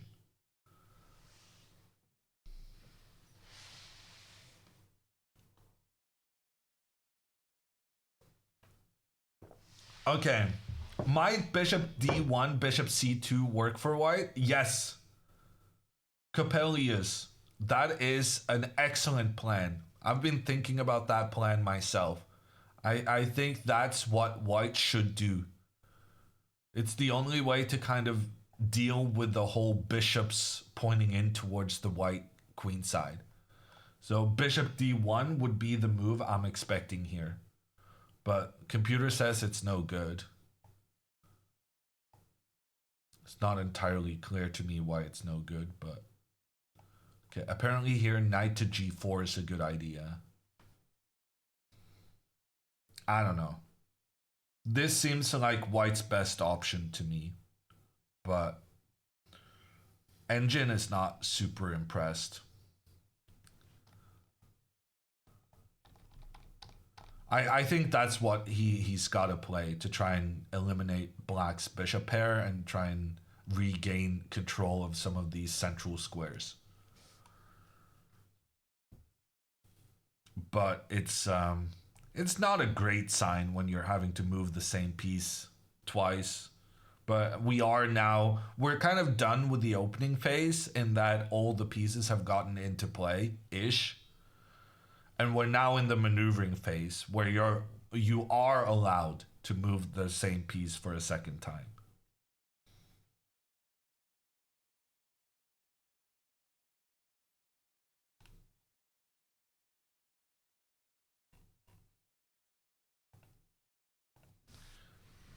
Okay, I'm gonna take a quick break. No, I'm not taking a quick break. Pawn to a4. That is sensational. Wow, that was the computer's top choice. And I just didn't mention it because I thought it looked very strange.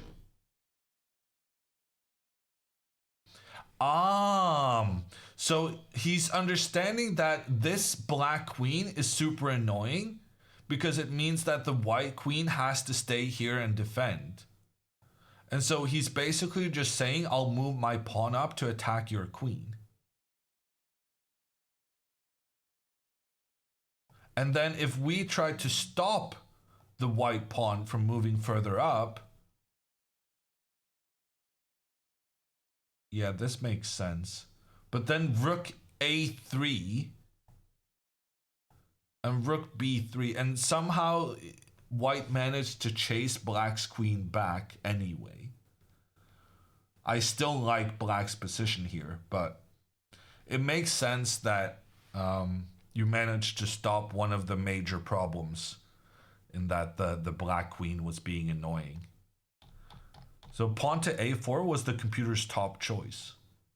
And I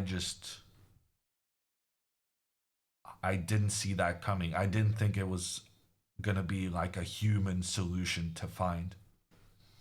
That being said, I still like this rook to e8 move. Yeah, the pawn can come forward and attack the queen, but the queen will just move back.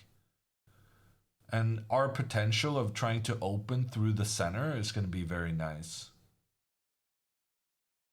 Okay, I would maybe take this one, but like a position like this, where we open up for the rook through the center, that could be very nice. We just got to watch out for this trick where the pawn attacks the knight and the rook attacks the bishop. So maybe we go with the bishop back first, and then we trade, and then we open up for the rook. Here we get stuck with this one. Okay, so we have to be a bit careful. So if we move the bishop all the way back, now we got a good position. Because if the trade, the rook recaptures, and we have this pressure down the center, and if the white rook tries to capture on the flank, well, then we still make a trade here, opening up through the center, and we start attacking lots of stuff, and white will lose the game because the center just collapses. So I'm liking this idea for Andrea. Rook to e8 and just working to open up for the rook to attack the white pawn on e3. That's a really nice plan for her. And she already found the right plan with e6 on the previous move. And pawn to e6, yeah, the main thing is to protect the bishop, but you're definitely also thinking about this trade when you created that tension for yourself. So, and why are we thinking about this trade? Because we want to have the rook pointing down. So I'm pretty confident that Andrea is considering moving her rooks into the center. And I think right now it's going to be a choice between getting the rook in and playing pawn to a5.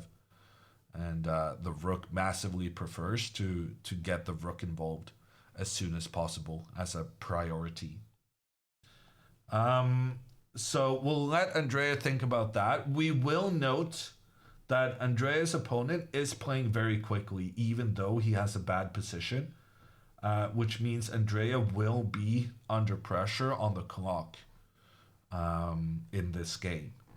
So she's going to have to speed up at some point, but the right moment to speed up is probably not going to be now, because the decisions you make now in this complicated middle game is what's going to affect all the rest of the game.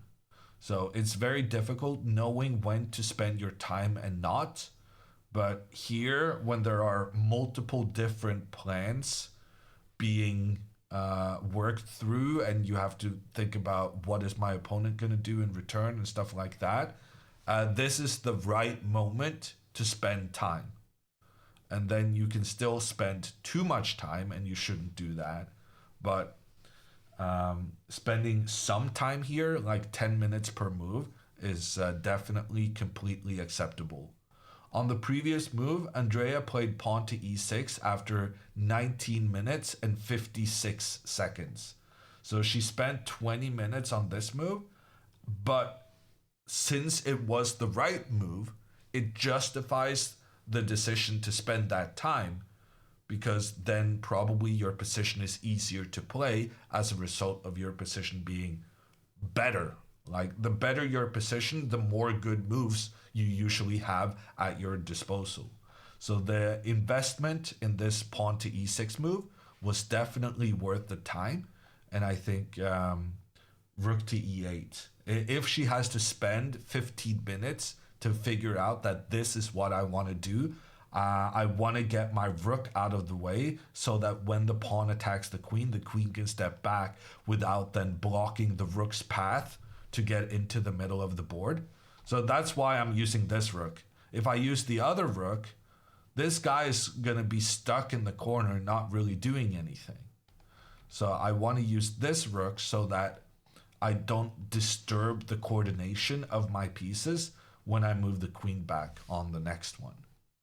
And also there is like some potential of the pawn recapturing here, and then this rook could actually be useful on the f file as well.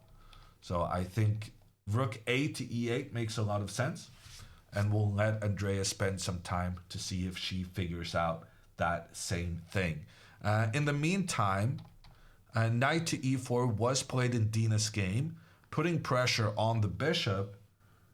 And Dina has not moved her bishop away. Dina is disrespecting bishops. I really thought better of her.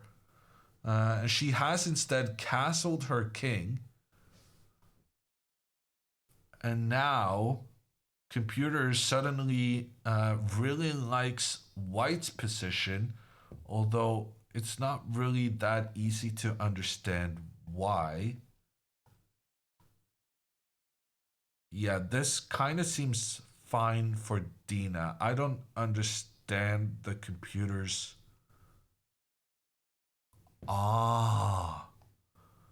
Ooh, the computer wants to sacrifice one of the kingside pawns. And then when Dina tries to create her attack, tries to get rid of her pawn to open up for the rook along the side of the board, then her queen gets trapped. Yeah, I don't know. In general, Dina was trying to create an attack against the white king. So having this bishop point down towards the white king side was an asset for her. And even though white's knight was well positioned in the center, the computer feels like losing the bishop that was pointing up against the white king is a bigger loss than white giving up the centralized knight. We'll see how that game progresses, but now I do need to take a... No, Andrea has played. Oh, Andrea has played, and she played rook AE8. She found the move.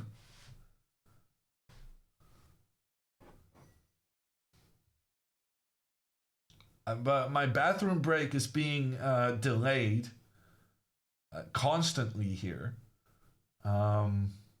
Which at some point we're just going to have to say that we'll let the people think about their choices.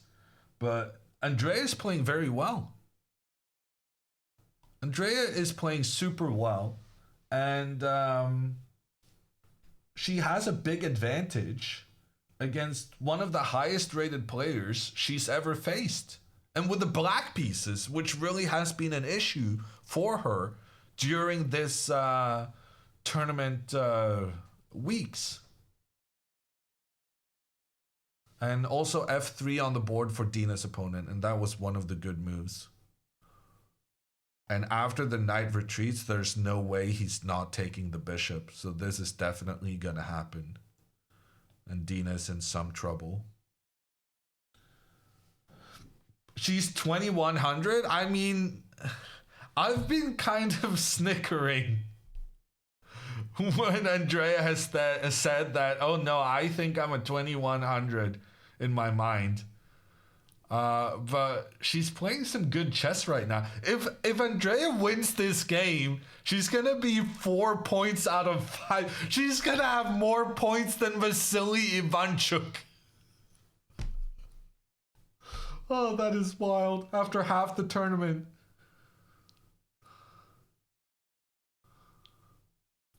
That's crazy. Stop, soup. Yeah, if only Ivanchuk had gotten his soup without the disturbance, maybe he would have had more points in the tournament. Interesting, yes. Bravo. It's very interesting. Andrea getting all of these points. And then she did wear something in her airs yesterday. Very interesting. We'll have to ask Kramnik what he thinks about it.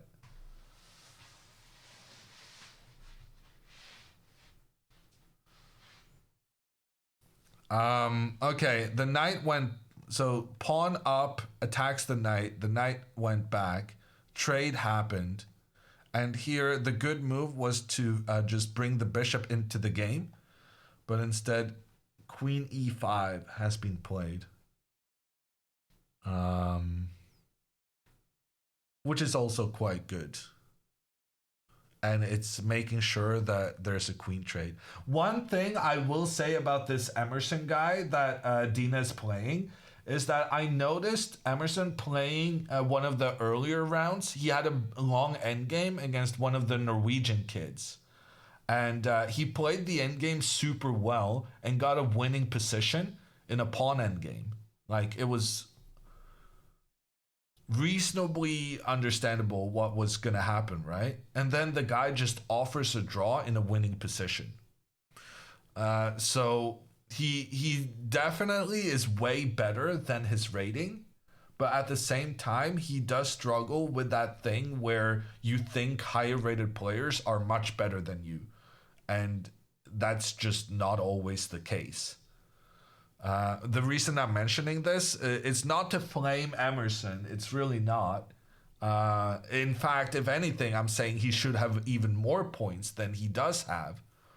But I'm mentioning it because with this queen trade, he's very much signalizing that he would be happy for this to be a draw.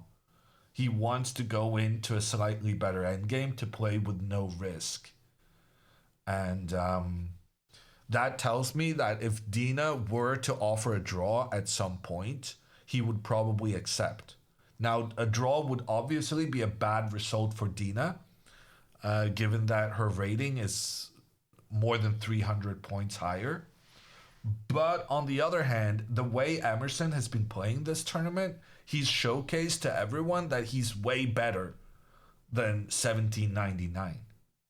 So sometimes if Dina gets in even more trouble than she is right now, she definitely should try and offer a draw and try to get that rating loss, but at least making sure that you avoid an even worse result. And Emerson has shown a history of accepting this. Okay, now I'm really going to the bathroom, but Andrea's opponent is still thinking, so it's looking good. It's looking good for Andrea. She's on a 97.4 accuracy so far. She's playing super well.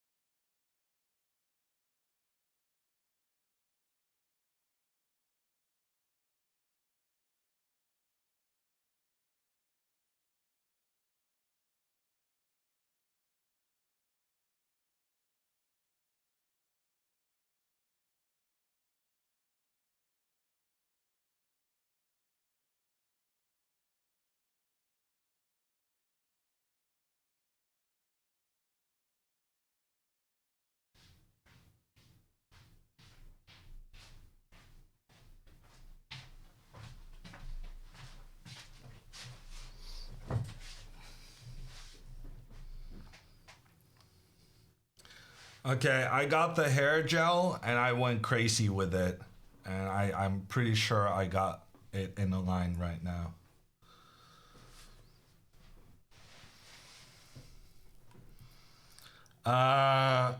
Rook to a3 has been played.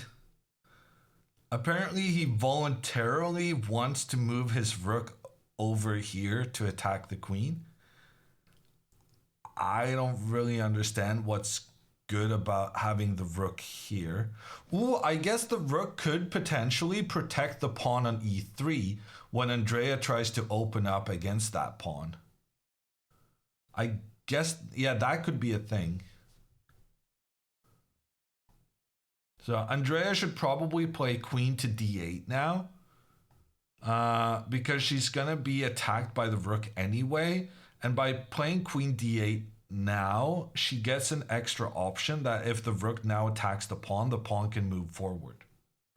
But in order to create your pawn chain with your pawns protecting each other like this, you do have to move your queen away first. You can't do it in the other move order.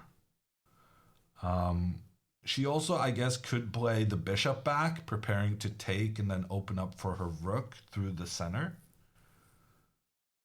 Honestly, that's also good. I think actually Andrea only has good moves now. She's executed the right plan 2 moves in a row. And now like everything she can do is good. But her opponent is playing rather quickly considering how bad his position is. And sometimes that's a trick people will use. Like if you're in a bad position, you play extra quickly so that you try and stress out your opponent. And frankly, against Andrea, that's a very good strat. We'll see how stressed out Andrea ends up being. She's currently thinking about her move 17, which means she has 24 moves to make before getting an additional 30 minutes. And the reason I'm mentioning this already is that she is down to 34 minutes on the clock. So time will become an issue here unless she starts speeding up.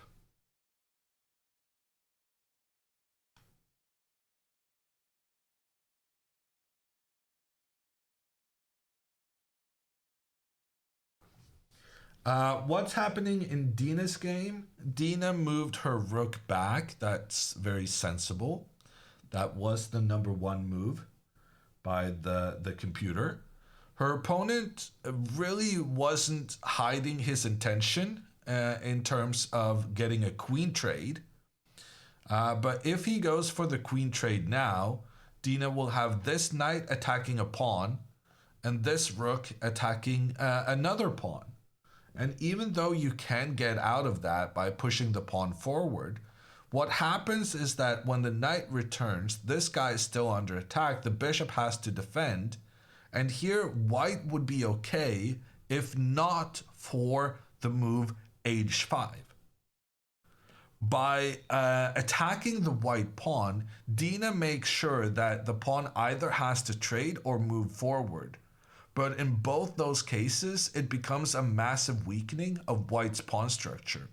In particular, this pawn's ability to control the f5 square is lost. And after pawn to g5, Dina will go with the knight back because she's maneuvering the knight to the f5 square. And yeah, she'll get a big advantage here. Because this knight is just such a monster, attacking 2 pawns at once. It's forcing the white bishop into a very defensive stance. And then Dina can, in the meantime, get more pieces to attack in towards the central pawn. So that would be a very welcome development for Dina. Instead, her opponent should play bishop to e3 here. But then he's probably scared that Dina is going to keep the queens on the board. But Dina cannot keep the queens on the board because of bishop f4. And then the queen and the bishop work together to create checkmate threats on the black king and actually just wins the game.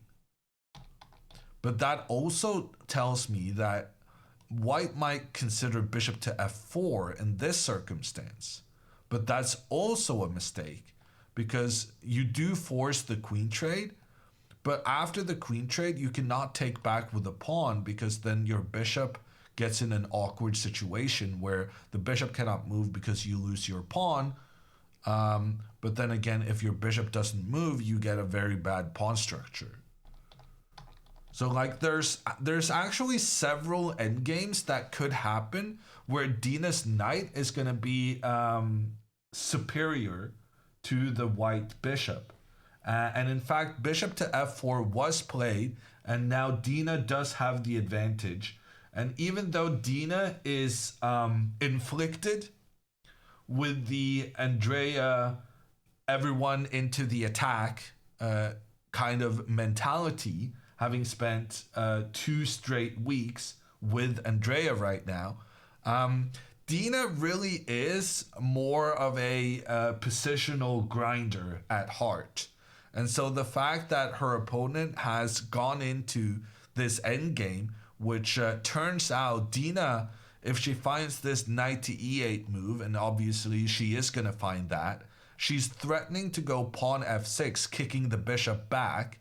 So her opponent is going to try to reinforce the pawn in the center, but then pawn f6 happens anyway, attacking the bishop. The bishop has to go back. Then pawn g5, attacking both the bishop and the white pawn. So white is going to have to trade, but then white opens up for the rook along the side of the board, and the bishop still has to go back, but then the knight actually pops forward. Having had to do a detour via the edge of the board, knights don't like the edge. Instead, the knight here jumping forward, attacking the pawn on c4. White can reinforce that pawn, but then the knight keeps jumping on, attacking the bishop. The bishop will have to play a defensive role, and then something with the rooks doubling along the h-file will be problematic for white. So, in short, Dina had to trade the queens, but it's not such a big problem. And she actually has the advantage in this endgame, according to the computer. And that is in no small reason due to the d4 pawn, or rather the c4 pawn, actually. So the fact that this white pawn has advanced so far means that the c pawn is unable to form a pawn chain, pawns defending each other up the board. That would give white a nice position here. But because you were so aggressive with your pawns, it's made these two pawns a lot more difficult to keep defended. And wait.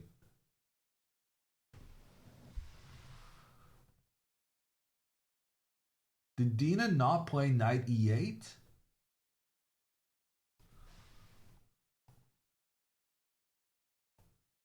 Oh, damn it. Okay, knight to e8 was the only move to give black the advantage. Dina played rook g8 instead. Yeah, and now Engine just says it's pretty equal.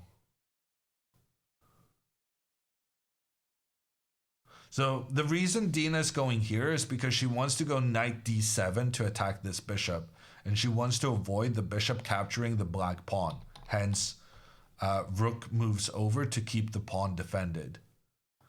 But the problem for Dina is that her plan of using the knight to attack the bishop is not as effective as the computer plan to use the pawn. Because here, white doesn't even have to move the bishop.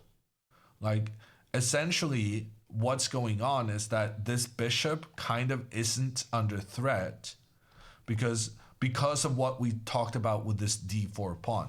This white pawn in the center is the only major weakness in white's position. And for that reason, white might be very happy to to make the trade between the bishop and the knight, because after this trade, if it happens on the e5 square, the white pawn that was a big weakness is actually moved further up the board and is now easier to protect, because now we can follow up with this guy to give protection to the pawn. And we get an extra option to keep everyone protected that we didn't have previously. And now also there's no ability for the black rooks to point at this pawn to put pressure on it. So Dina is not much worse. I think the computer is saying white is better here. I'm not necessarily agreeing with that, but I will say that Dina's ability to outplay her opponent caught a bit of a hit here, because knight d7, even though the intention is to kick the bishop away, it's not clear that the bishop even has to move with the knight trying to make this trade. Okay, we'll see how it develops. In the meantime, Andrea is still thinking, which is, it's becoming an issue, because now she's down to 25 minutes. And her time is just getting lower and lower. And like, I'm loving her position. But if you get low on time, you are going to make mistakes. So she's found the right plan 2 moves in a row. And I'm guessing she's going to find the right plan now as well. But now she's found the right plan so many times that she has a sizable advantage. And now she actually needs to start prioritizing just playing a bit quicker. Okay, she plays pawn to a6. I think that's a very respectable move. The idea is that after rook to b3, the queen can go to c7 and keep this pawn defended without the knight being able to come up and disturb the queen, since now the pawn is protecting that square. So a6, I think, is a fine move. But going back to what we talked about earlier, basically every move was good for Andrea here. So she needs to play a little bit quicker. That's the main issue.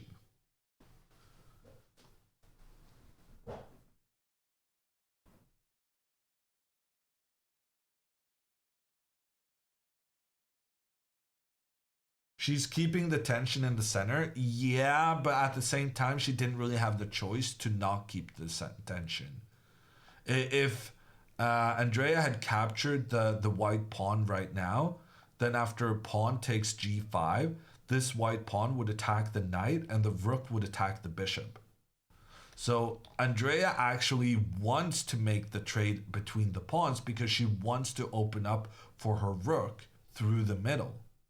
It's just that she's not able to do so at the moment because she first needs to save this bishop. This bishop is relying on the pawn's protection. So for this pawn to start doing things on the other side, we first have to take care of the bishop. So one of the good moves Andrea could have played here was bishop to h7, where the idea is simply to capture here afterwards so that you open up for the rook. Which goes to show that basically any move Andrea could consider in this situation was a good one, except making the trade in the center. She could have played bishop here, preparing the trade.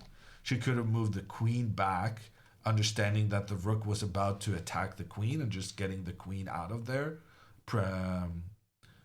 before it even happens. What she played, a6, was fine because it prevents the white knight from moving forward. She basically had just a lot of good moves at her disposal. But we're hoping that she moves this bishop away fairly soon because making the trade between the pawns in the center and activating the rook is going to be her long-term priority. She just needs to deal with the short-term issues of the white rook pointing down against the black queen and the black pawn on the b file.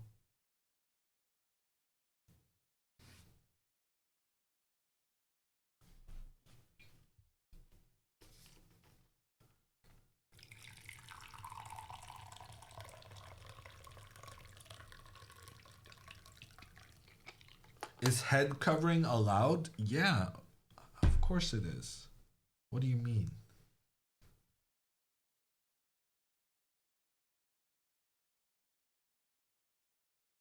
How likely is it that they will play each other this tournament? Well, it becomes decreasingly... Well, it becomes more and more unlikely. Because there's fewer and fewer rounds left in the tournament. They also need to have the same amount of points, which could happen if Andrea loses here. But I'm not sure that's a good enough reason to hope for Andrea losing.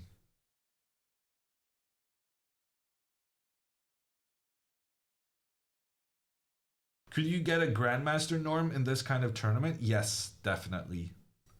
In order to make a Grandmaster performance, you only need to face 3 other Grandmasters. And there's like 20 of them in this tournament. So that's perfectly possible. You drinking coffee? No, I'm a tea guy.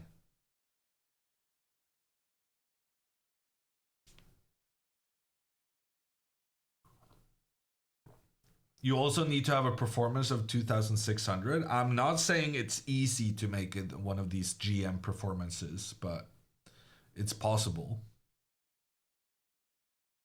What score would you need? You would probably need like 7 out of 9. Or 6.5 out of 9. Earl Grey. I've been switching it up a bit the last couple of days. Today I think it's Lady Grey. And yesterday it was 4 red fruits. And then the day before that it was Earl Grey.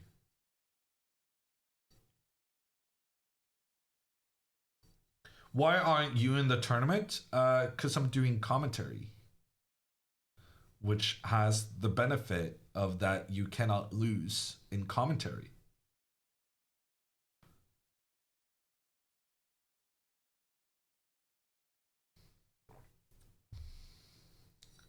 Were you nervous when you first streamed? No, not really. I made my streaming debut at the end of 2017, but at that point I had already been doing chess broadcasts on Norwegian TV for 3.5 years. So I had some experience with similar stuff. Talking out of my ass, essentially.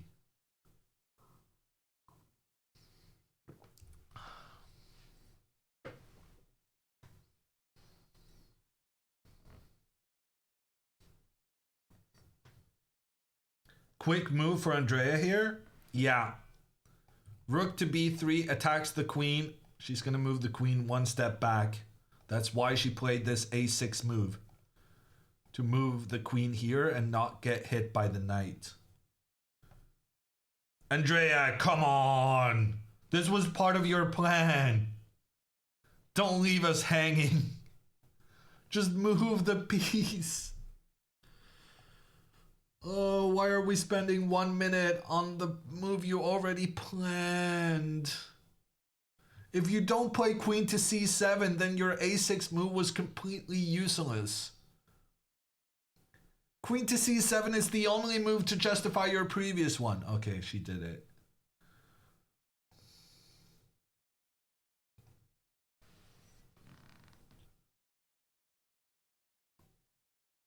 Is time delayed again?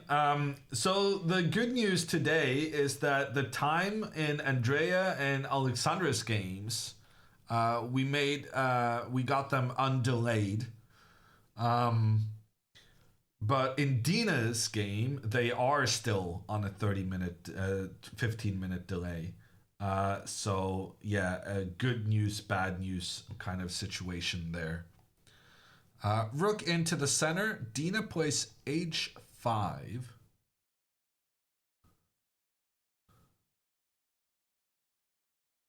So Dina is essentially just hoping to jump around with her knight, hoping that the knight is going to do some confusing stuff and then maybe catch white unaware at some point. But yeah, Dina's game is going to be a long end game.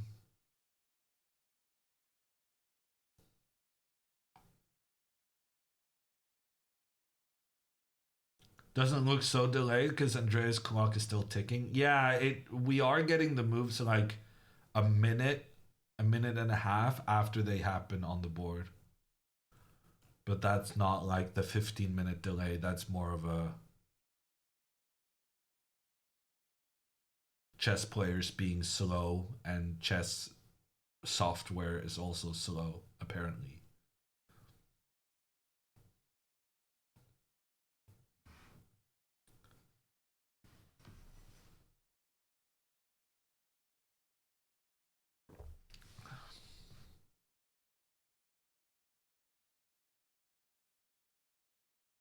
I still really like Andrea's position.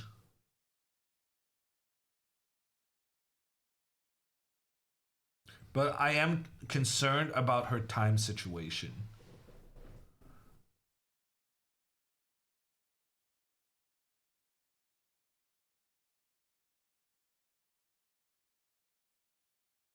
I really like her position. Andrea just... The one thing that has surprised me in this game is the pace of Andrea's opponent. Mathieu has really just... He kind of realized, I think, pretty early on that he had done something wrong and that his position wasn't that great. And when he made that realization, he also decided that I'm going to play as quickly as possible to make my opponent as stressed out as possible and try and provoke a mistake in their time scramble. And so far, that plan is working rather well. So, yeah. I see absolutely no good things about White's position. Really loving what Andrea has done so far. But it's so easy to make a mistake when you're low on time. And Andrea is definitely low on time at this stage. Come on, Belgium. Wow. I guess that's what we get for having incredibly early streams. Suddenly, the Americans are sleeping and the Belgians come in to chat, to cheer for their compatriots.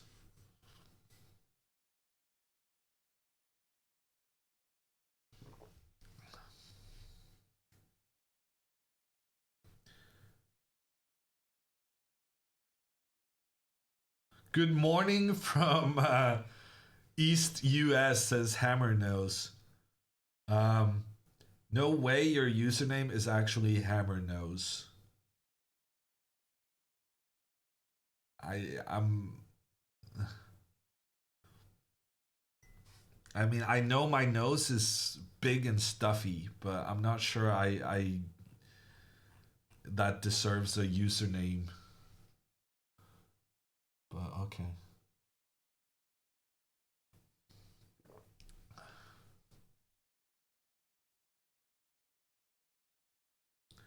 Oh my god. The Hammer Nose user has just said, click my name, check my profile picture. Oh god, it's definitely a nose. It's not mine though, so that's good. Big and stuffy, I feel ya. Yeah, Joy, it's a struggle. Did Alexandra play? No, unfortunately not. Her opponent was a no-show. Alexandra was kind of pissed off. She wanted to play at 9 a.m. I guess that's good news. She's been playing well. She has like a 2300 performance. So I guess she's feeling good about her chess and wanted to play more. And that's why she was disappointed. Personally, I would probably celebrate not having to play at 9 a.m. But, you know, she got up early already. She wasn't able to skip her coffee or sleep in or anything like that. She did all the preparations for the game, showed up at the venue, only to be told that she wasn't going to be able to play today.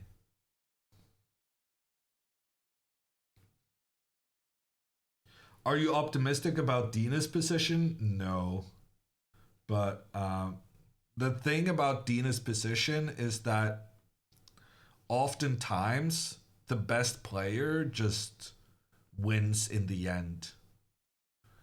You sit there, you play for 5 hours, you play 60 moves each, and then the better player will just play just a little bit better overall. And then somehow you win in the end.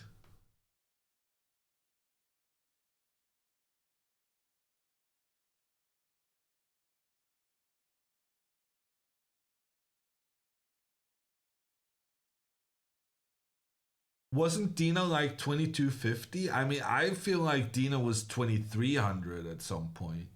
But yeah, I remember last year at this tournament, Dina was crushing all the grandmasters.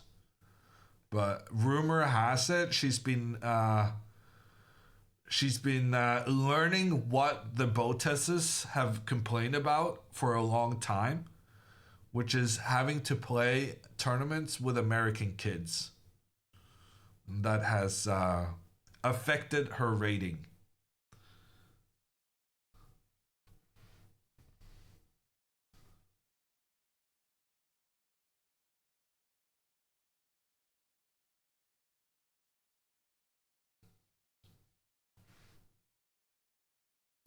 Dina plays. What did Dina do? Rook d7?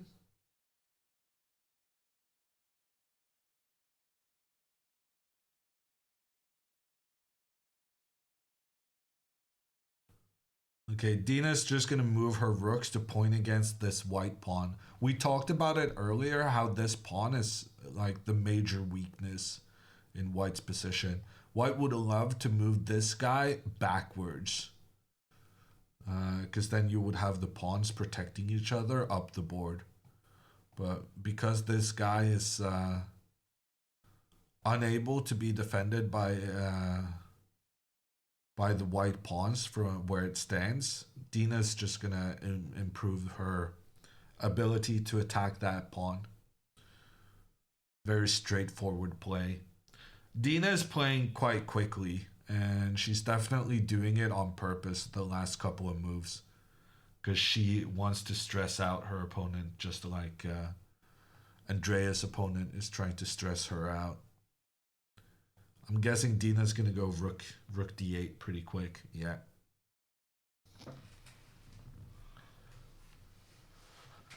In other news, for the first time in quite a long while, Andrea's opponent is actually having a longer think. And basically, I've been saying that this is gonna happen for a while now. Simply because I think white's position is so bad that just finding some sort of a plan moving forward is going to be very difficult. And now Mathieu, he found this plan to try and chase the black queen back. What he has accomplished with his previous plan of pawn to a4 is that he managed to remove the pressure against the b2 pawn. And that pressure was very important because it prevented his queen from moving. So now the queen can move, but the problem is the queen still doesn't have like any good places to go. You can move the queen to d1, but it's like, what kind of a difference does that make? I don't get it. Like you're still gonna be faced with this rook coming in trying to attack down the e-file.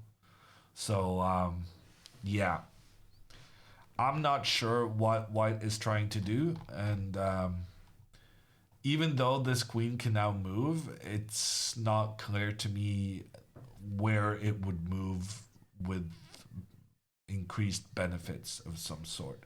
Ironically, queen to d1 is the computer's top choice. It's wild to me why the queen would be so much better placed there. I just don't get it. But this is good news for Andrea, who can now take a break from the game. She got up and started walking around. Maybe a bathroom break, something like that, getting some snacks, making sure she has enough energy for the impending time trouble she's about to have. And then when she returns and sees that her opponent still hasn't played a move, then she can sit down and start thinking about her plans moving forward. But spoiler alert, what we're looking for from Andrea is moving this bishop out of the path of the rook so that the black pawn currently tasked to defend the bishop can do other things instead. So if Andrea's opponent, let's just pretend he does nothing, then we want Andrea to move the bishop away, then make a trade in the center and open up for her rook. And then maybe afterwards we can double the rooks and have two rooks pointing down. Okay, Engine saying this is better for white just astounds me. Wow, now Engine says pawn f5 and this bishop is blocked out of the game. The Engine really doesn't care that white has no dark square protection whatsoever.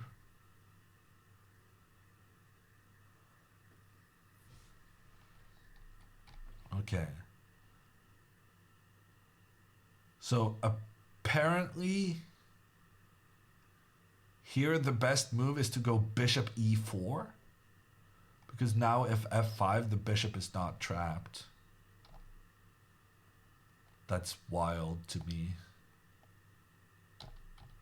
Okay, so apparently the position is still super complicated, but at least her opponent realizes it's super complicated and decided to take some time to think. And the lower he gets on time, the better. Dina's game is progressing quite quickly. Another rook has come into the center to try and protect the d4 pawn.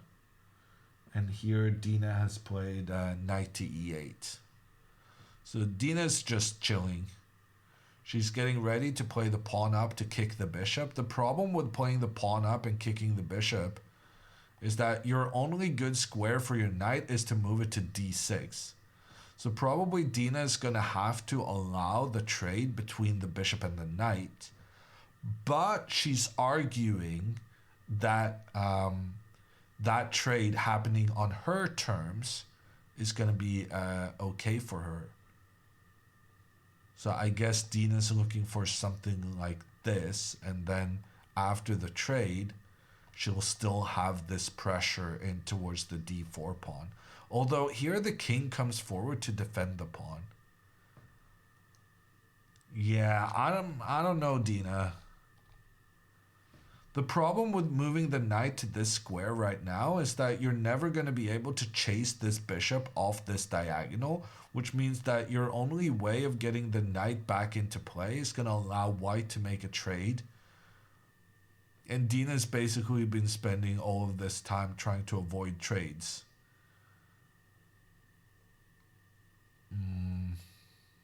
Yeah, it's going to be tough for Dina to win this game, but I think she's just playing quickly to try and put pressure on her opponent.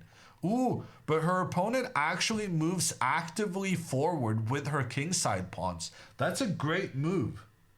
That's a really good move. G4, not just waiting to see if Dina manages to create an attack against the white central pawns.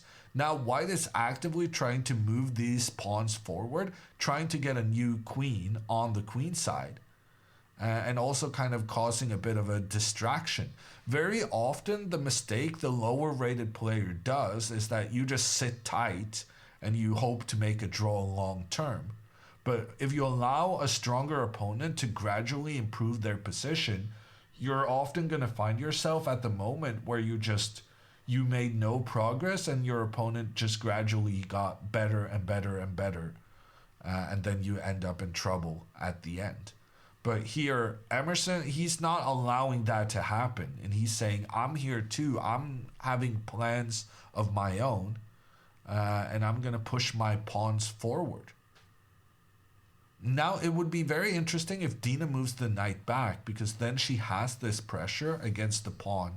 And after the trade, white could technically take this pawn, but then you would be concerned about another pawn on the side of the board. And it's not clear here that having this h-pawn is to white's favor, because that pawn could easily become a target for the black rooks. And if Dina here goes back, like she just went with a knight to e8, and if she returns, the idea would be to try and provoke white into pushing the pawn further forward, because now there's no chance for white ever having control of the f5 square again. And Dina would then try to somehow get her knight to that square. It just, it's not that easy to make happen, but she would try to make it work somehow. Yeah, actually, it's just never going to happen, is it? Anytime this knight tries to get into the game, it's just going to be captured. Yeah, I don't know. Dina's opponent is playing pretty well. It's going to be very difficult for her to win this game.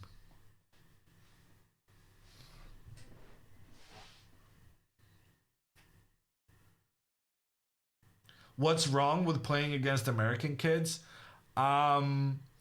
So in the US, richest country in the world, they can't afford to rate the tournaments in the World Chess Federation rating. And what happens then is that a lot of the kids become much better players, but since they never play in a FIDE rated event, their FIDE rating doesn't stick with their it doesn't really showcase their true strength, because they don't play the tournaments where their rating increases as their strength increases. And as a result of that, a lot of them have lower ratings than they maybe should have. And then when Dina comes to play against them, in one of the few FIDE rated events that exist, then the kids see that juicy rating and they take it off Dina, essentially.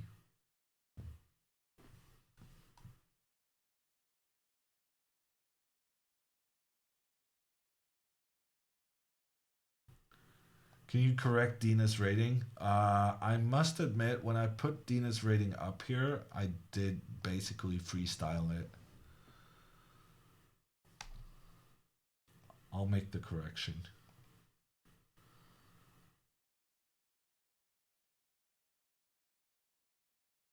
They're little smurfs, essentially, yeah. Smurfing. What the heck just happened in Dina's game? C5. Ooh, that's a big move. Dina sacrifices the pawn on the edge of the board, because if that pawn is captured, she can chase away the bishop, and when the bishop retreats, Dina will be able to win the white pawn in the center. And this is just super good for black. So white is going to have to bring the king in, because white does not have the ability to capture the black pawn, because then you just don't have enough defense with the 2 black rooks pointing down on the white rooks. So Dina's opponent is going to play king e3, but that's a really good move though, because then the king is defending the pawn and the rook at the same time. So now white would be threatening pawn takes pawn. Engine says pawn up, attacks the bishop retreats, takes. Ooh, and we're gonna have a massive trade here. Takes.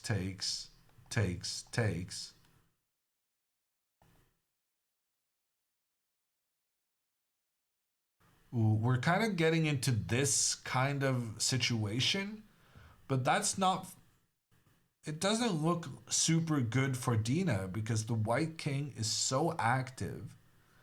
And yes, the knight is a more flexible piece than the bishop. This bishop can only attack dark squares, whereas the knight can jump around and attack both dark squares and the light squares, which essentially means that the knight can attack double the amount of squares on the board compared to the white bishop.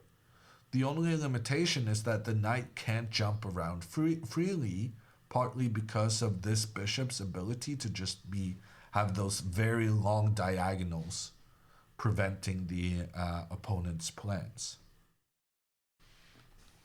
I'm surprised Dina played c5 so quickly, because by playing c5, now black cannot avoid rook trades.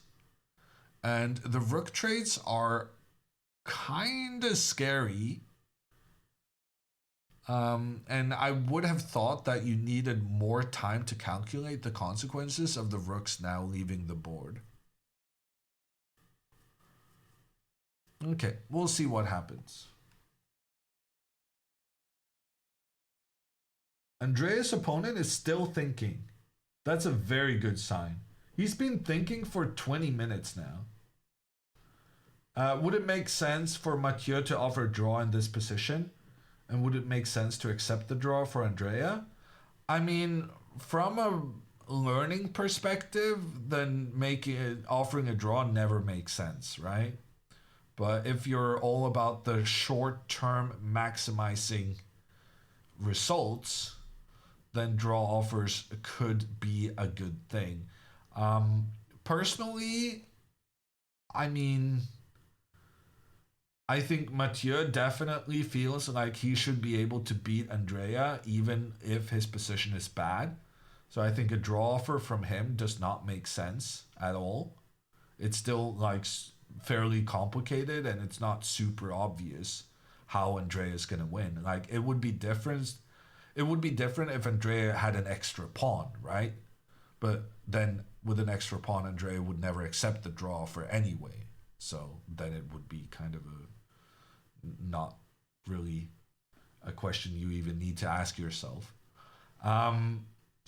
If Andrea got a draw offer in this position, should she accept? I think a draw with the black pieces would be a great result for her. I think if she were to decline the draw offer, she's more likely to lose than to win. Even though she has a good position, because in time scrambles, you're going to make mistakes. And the difference in the level will showcase itself more. But from a learning perspective, learning to play under pressure, learning to have the mentality of, I'm going to beat this 2170. I'm not scared of a 2170. From that perspective, I think it would make sense to decline the draw. So it becomes a short-term versus a long-term kind of thing. If Andrea wants to catch Alexandra, the experience of learning to be unafraid of opponents 400 points higher rated is much more valuable than the 10 rating points extra she might get if she had lost the game instead of accepting a draw. And that's only an if, right? If she declines a draw, you're not even sure she's gonna lose, because frankly, that's gonna intimidate her opponent so much. Your opponents get scared when you decline their draw offers. That's how it works. So it depends on how many tournaments they're planning to play in the next year. If they're planning to play a lot of tournaments, I think Andrea definitely should decline the draw offer, because then the experience of playing this complicated position against a higher rated opponent is going to be more valuable to her than the rating points. But if this is going to be like one of very few games she plays, then maybe the short-term win of the rating points would be more valuable. I have a very easy way of considering these kind of the psychology of draw offers, because we could just say draw offers are not allowed, and then we don't have to worry about this whole question. But apparently the world is not ready yet to ban the draw offer. I've been saying the draw offer should be banned for almost 10 years. But we're not there just yet.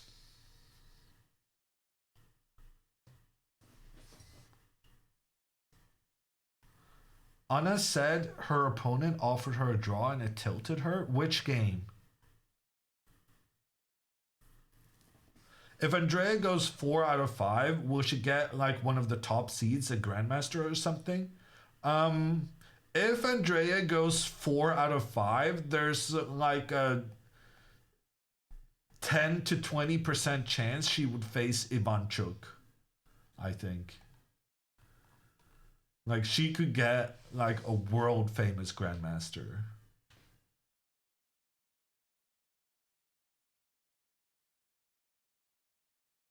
Content? Yeah, no, for content, it would be pretty nice if Andrea could keep winning.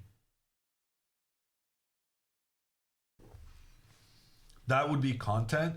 To be fair, I also think that Alexandra analyzing her French game for an hour and a half with Ivanchuk, only stopped by the stop soup, that was also pretty good.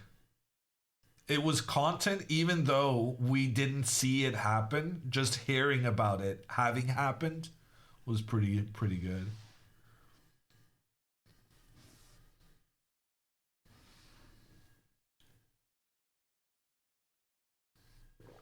Could you go through the moves from the beginning?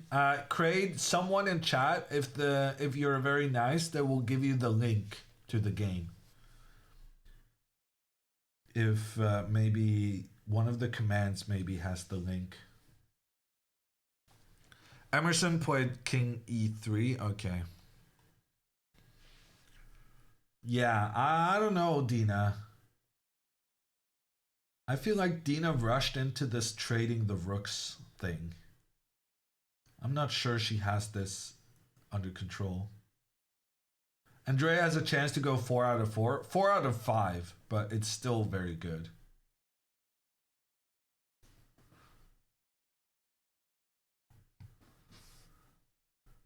Bensaya is in chat. Bensaya, how would you feel again about preparing for Ivanchuk? Would Andrea still play the Jabava London against Ivanchuk? Who are we kidding?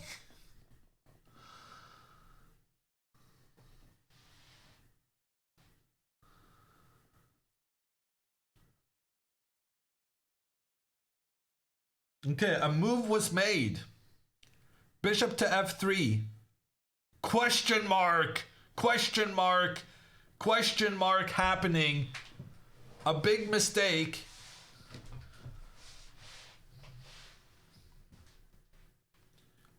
And it's actually, it makes sense to me why this is a mistake. So the move now for Andrea is pawn to g4. And you remember how we talked about the issues of this rook pointing down on this bishop and how we maybe wanted to move the bishop back to avoid these threats? That's kind of the thinking behind this g4 move. Pawn to g4 not only pushes the white bishop back, but it also means that we no longer have to be concerned about the rook's ability to try and attack the bishop, which means we now can make the trade between the pawns in the center, which will open up for our rook to attack. And then white has to take with the knight because they need to open up for their rook to defend along the third rank. And then after takes, okay, if we get here, that would already be great. But the computer actually has an incredible move here for black to get a winning advantage. And that move is pawn to b5. And then you're being very aggressive with your queenside pawns. And if white chooses to take out this pawn, then you lose your protection along the third rank, allowing the black rook to come in and create a lot of trouble. So pawn to g4, I think, makes a lot of sense. If Andrea captures in the center first, then she will allow this white bishop to come up and attack in towards the black king. And it makes sense that you don't want your opponent's bishop to attack the king. Also, then the bishop will attack this pawn together with the rook. No, actually, I'm convinced. Pawn to g4. Andrea is definitely going to find this move. And after pawn to g4, black is essentially just winning, I think. Because white then kind of wasted moving the bishop back and forth. One of the recommended moves from the computer was to capture and then go bishop f3, because then you have the immediate attack on the pawn and you cannot be chased away immediately. But because the trade didn't happen, after bishop f3, g4, there's no attack on the b7 pawn because of the pawn that's in the way. No, she's definitely playing g4 and she's going to have a fantastic position. Also, her opponent spent 29 minutes and 37 seconds on this move, which means Andrea is actually ahead on time right now. So it took way longer than I was saying, but very early on, I don't know if you remember, but like hereabouts, I was saying, no, actually when he played a4, here I said that white was going to take a ton of time on the next couple of moves because the white position is so difficult to play and it's difficult to find any good plan. Now, he played a4 reasonably quickly, and that was even the computer's top choice. So kudos to him for finding that idea. But it caught up to him that his pieces just doesn't have any good squares. This pawn is blocking his bishop. It's also blocking the knight. This rook is kind of awkward because it's not really doing anything. And the queen is passive. And so the problem with all of these pieces caught up with him, and he spent 30 minutes for an entire move. No, Andrea didn't find g4.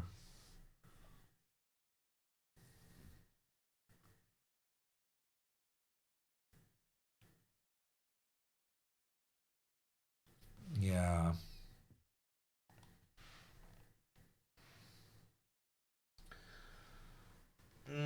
She made a bad move.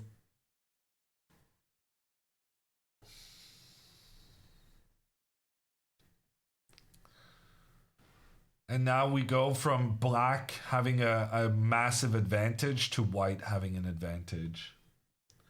Andrea, unfortunately, made quite a classic mistake here, in that very often you're like, oh, I'm using my bishop to attack a rook, then my opponent has to move the rook. But here, Andrea's opponent can just sacrifice.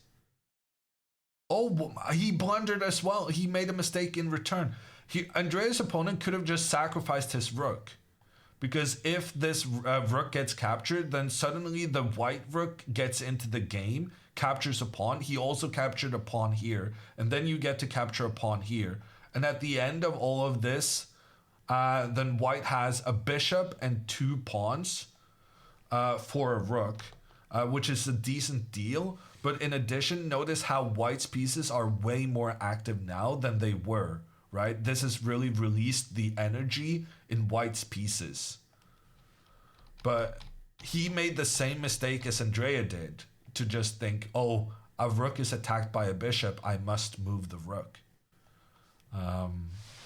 That being said, this bishop is still very misplaced. The only acceptable move for Andrea now is pawn to g4. Otherwise, she's just much worse. Because essentially, she's kind of getting her own bishop trapped. And if you're going to play g4 now, then you should have played it 1 move earlier. Because now if g4, her opponent can even try and trade bishops, which is not a favorable trade, because then you lose your bishop pair. And here the computer's saying the best move is to move the bishop all the way back. But then the question becomes, well, if you had played g4 here, then now it would be your turn instead of you having to move your bishop back. So essentially, by playing bishop to d3, she gave her opponent an opportunity to make a good sacrifice.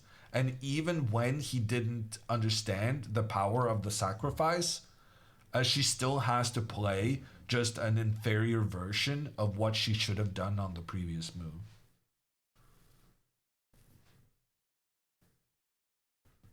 And if Andrea is not careful now, like if she trades in the center, then the knight comes up and she allows the bishop to point in here, but also the rook attacks the bishop and the rook attacks the pawn.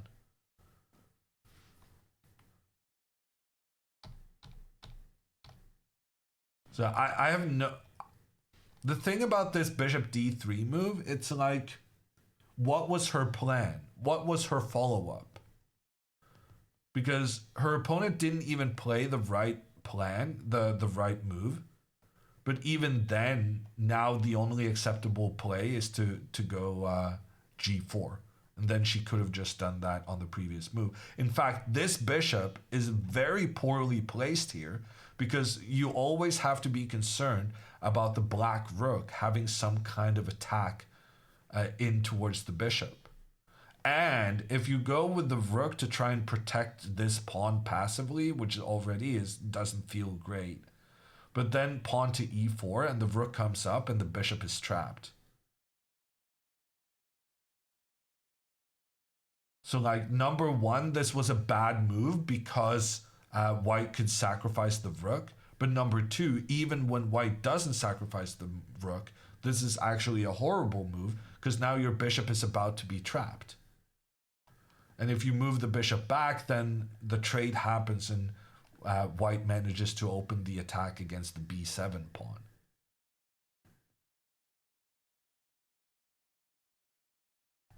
So the reason I get very critical in certain moments, and to me, like, making a bad move, that happens. Everyone does it. I make bad moves all the time. But making a bad move with just flawed logic and there's nothing at all good about it, and it's like bad for several different reasons, that's a bigger problem than blundering a piece, right? Because blundering a piece, everyone does it. But here, moving the bishop here and then not having a plan for when the rook just moves away and having to play the move that you should have played previously, only with the bishop in a worse position.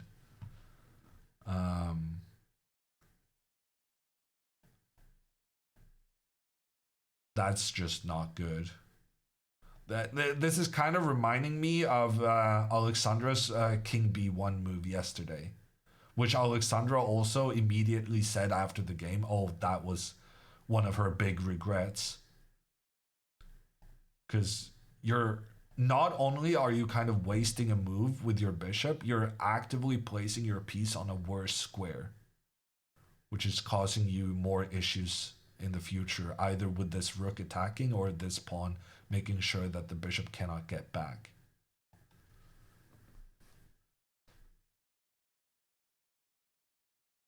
And I'm very confused what move Andrea was expecting. Because Mathieu, he played the... He didn't play the best move, but he played the most obvious moving the rook out of the way move. And she didn't have a follow-up ready. So this is kind of like Andrea the day before yesterday when she made a quick decision to make a trade in the center, allowing her opponent to activate the knight, but then she thought for like 25 minutes on the next move. And she didn't have the plan ready, despite the opponent only having one kind of acceptable move. And this is also kind of similar to that, because she moved the bishop in to attack the rook, but the fact that she's now thinking for such a long time tells us that she didn't really have a plan with that move. She just wanted to make a threat. Maybe she thought this pawn was undefended. I don't know.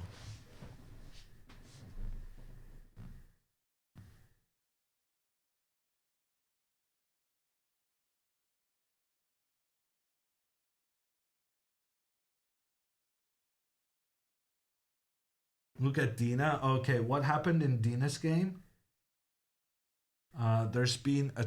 So f6 pushed the bishop back. The bishop had to retreat. Trade in the center. Now the rooks are coming off the board. Dina plays e5. Encouraging the rook trade, but getting the rook trade in such a way that she gets her king higher up on the board. No, but she also made the trade between the pawns, because yeah, it's kind of scary, because suddenly the white pawn just captures black's pawn and then you're down a pawn for no good reason. So she made the trade and then she went e5 and now the rooks are coming off.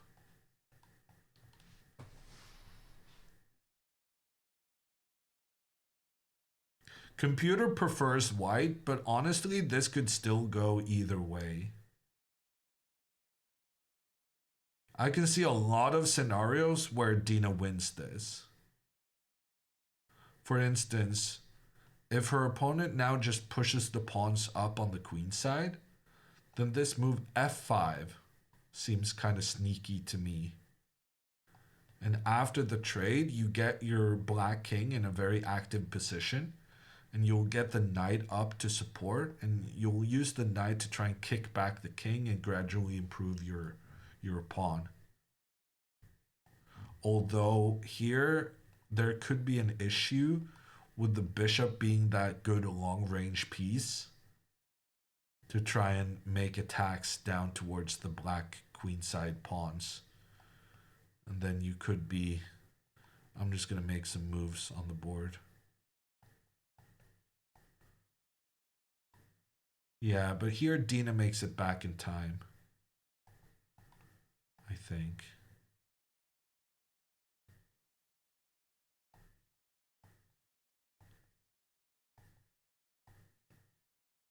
Oh, God. Yeah, I don't know. It's still a very tricky endgame. It's still a very tricky endgame. Somehow, white ended up winning this because there's no way for this knight to actually stop the pawn, which is quite unexpected.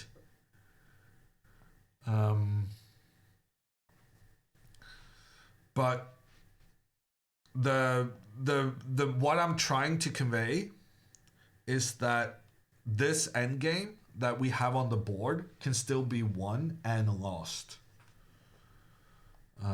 So there's definitely still chances to win it for Dina.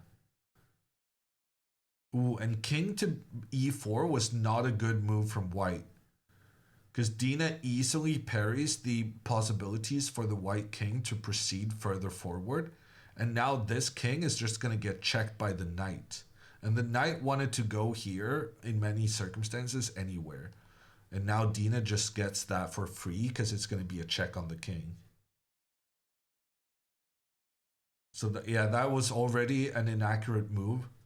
And Dina has chances with the knight. The flexibility of the knight, as opposed to the bishop that can only attack dark squares. In general, what a lot of people... I saw a thread on Reddit, which I think is very accurate, about something similar to this, that grandmasters prefer the bishop because objectively the bishop is better in very many circumstances, but using the bishop to its maximum effect is very skill based, and for most players it's going to be way more easy to jump around with the knight, causing problems with that one. And so even though the computer is saying white has actually quite a significant advantage in Dina's game, I think Dina has good chances to win because of the unpredictability of the knight. For instance, here, if Dina goes pawn to g6, then the only move for white not to be worse is pawn to h5. But then you're allowing black to have two pawns next to each other, protecting each other as they advance up the board. Like, no human will allow this with black. Well, no human will allow this with white, to allow black having these pawns. But apparently it's good for white, even though it makes no sense from for a real person. So I'm expecting Dina to go g6 now, and I do think she's going to win this game. Andrea under 10 minutes? Yeah. No, she just made a rushed move. But she also needed to play quicker, so you can't really criticize her for playing a quick move, but the move just had no follow-up plan. And now that she's thinking about... This is actually going to be exactly like that e takes d6 move she had in a previous game. Maybe it was the previous round even, right? The one she won? No, it was the morning round, maybe. Anyway, she's gonna end up, I think now, playing the correct move. But then, because she also played the correct move h3 in that other situation. So she found the right move, but she found it one move too late. And she had played first a quick move and then a slow move. And if she had just then spent equal amount of times as she did on the second move of the plan when she had to readjust, then she would have had a much bigger advantage than when she made the quick move first and then started thinking. Okay, that became very unclear, but what I'm trying to say is that sometimes it's better to spend time thinking, because if you make a mistake and then spend lots of time trying to correct your mistake, it would have been better to just invest the time in not making the mistake in the first place, and that's also gonna give you a better position.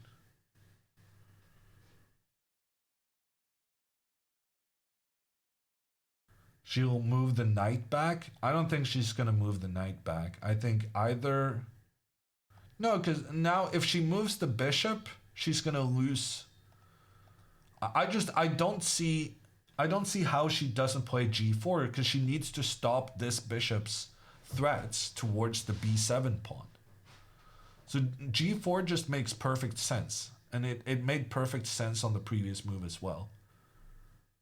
And black is still better after g4, it's just that black is not winning, which was the case if you had done this a move earlier.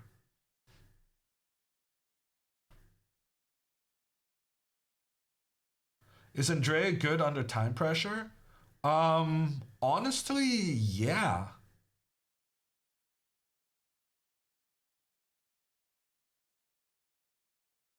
She's decent, no?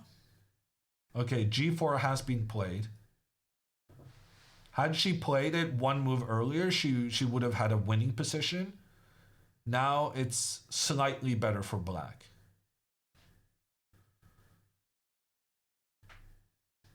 15 minutes late. It's not even 15 minutes late. It's just that if she was going to spend so much time thinking on this move, she should have spent the time thinking on the previous move and played g4 there under favorable circumstances. Because the only thing that happened in the meantime is that she put her bishop on an exposed square, and she also allowed white to have more ways of defending the e-pawn, which is a pawn we wanted to target with our rook. So including this bishop move just improved white's position. And I'm guessing Andrea understands that fact now. It's just under the heat of battle, she wanted to attack the rook. Bishop d3 is the only bad move Andrea has played this game, which is already pretty decent. When you make your first mistake on move 19, it's not the end of the world. That's a pretty good game. What move is Dina's game on? Dina's on move 35. And her opponent is in massive time pressure. So Dina's kind of trying to punish him in before move 40. Does she get extra time? Yeah, she does on move 40. But the problem is it's not so much that Dina gets extra time, it's that her opponent gets it. So Dina would love for move 40 to be way further out, because she's the one trying to utilize the clock as a weapon and try and provoke a mistake when he's low. Mathieu played, yeah, he played bishop d1. And now second best move in the position is moving the bishop back. Wow. Bishop f5, now number 2 move. Which kind of just illustrates the mistake. Oh, now it's number 1. Bishop f5, number 1 move here. And Andrea could have had this position with if she had just pushed the pawn up earlier.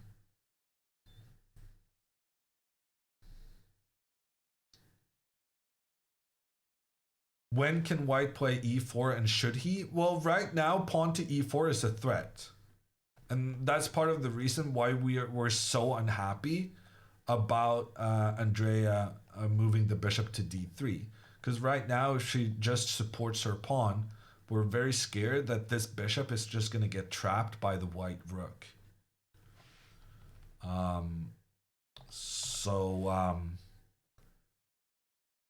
Andrea probably needs to do something now to make sure that she can secure her bishop's placement.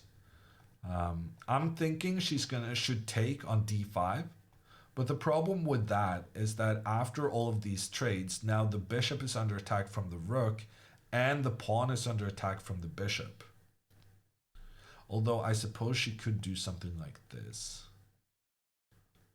And here black is winning. Like, strategically, Andrea's position is very, very, very good. It's just that her time situation is not great, and a lot of the moves she needs to make now is kind of admitting that she made a mistake moving this guy in, because she often has to move him back to keep this guy protected. So Andrea's problems now is more of a psychological one than a chess one, because in chess terms her position is good.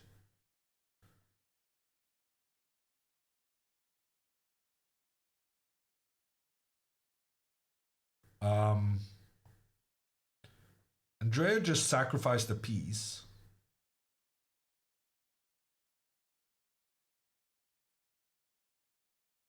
Well, then strategically her position is not good anymore.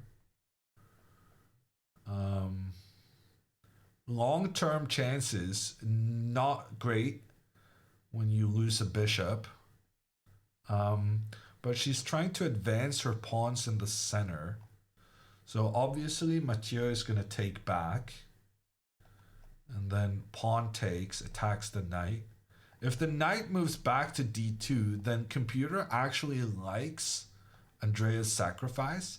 Something like this, computer says black is almost winning. So this is the kind of thing Andrea is definitely hoping for. But the problem is, instead of moving back, the knight can move forward, and then the knights are working together to attack the d5 pawn.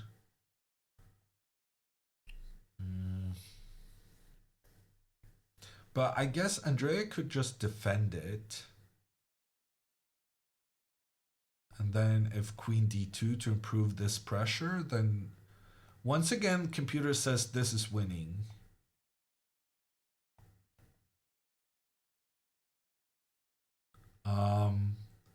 Because white's pieces are just so poorly coordinated. This knight will have to go back, then the rook comes in, attacks the queen will have to step away. And here pawn to d3, that's wild. Pawn to d3, just allowing that pawn to be captured, but then the queen comes in, check on the king, and if the king tries to hide, then suddenly the queen comes in together with the rook for checkmate. I mean, this is some crazy stuff. It's not super bad. Andrea is definitely inspired by the game she had in Prague, where she also sacrificed a piece for 2 pawns and started moving her pawns forward. And then it was an absolutely brilliant sacrifice. Here, it's not equally brilliant, but it definitely puts a lot of pressure on the opponent. One of my concerns is that objectively, white is now a lot better. So that's a concern that maybe last time she made the sacrifice, it was actually good. And now it's not good with correct play. But how often is your opponent going to play correctly? Not that often. So that doesn't need to be a big issue in and of itself.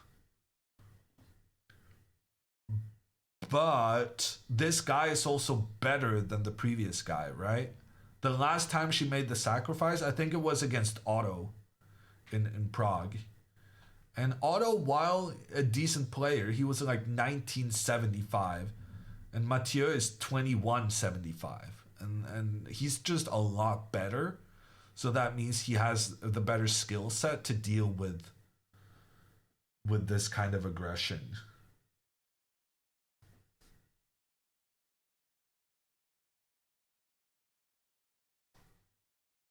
Board update, please. I mean, the board is... I'm inputting the moves as they happen on the screen in Reykjavik. If you're asking chess.com to update the board, you're gonna have to talk to them. I can't control that. If you want the current position as it stands on chess.com, this is it. And here we've lost out on both the pawn moving up and the bishop capturing. The board is lagging behind in the action.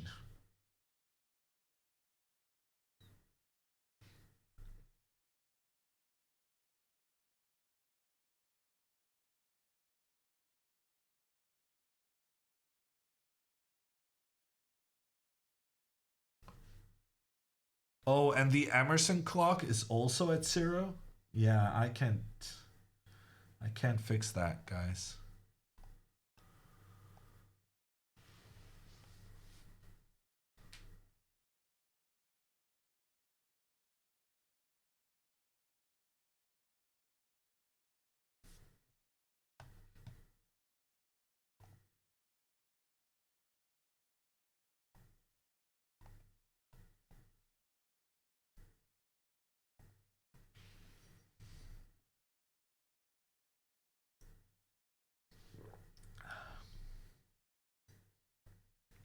On my end, it shows...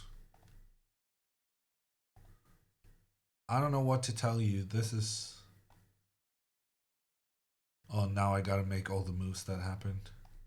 Are you saying that my internet is malfunctioning? Because I'm still talking to you guys.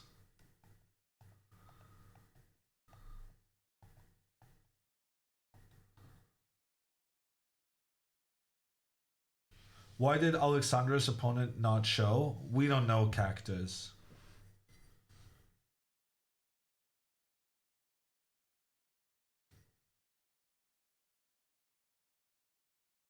I'll try to do that, Captain.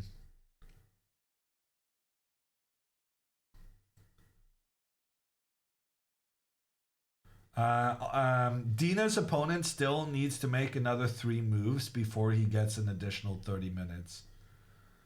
But something is wrong with the clocks. Obviously, he doesn't have 0. Otherwise, Dina would point out that he has lost on time. Okay. This is what you get. This is the reward for chat making their complaints known.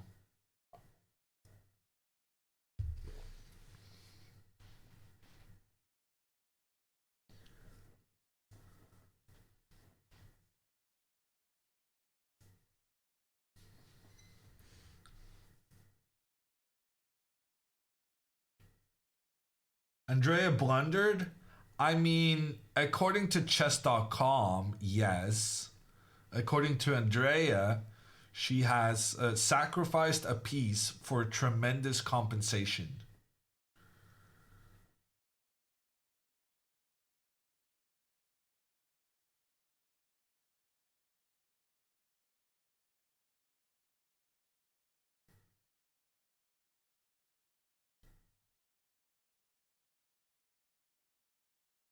And according to Hammer, she blundered.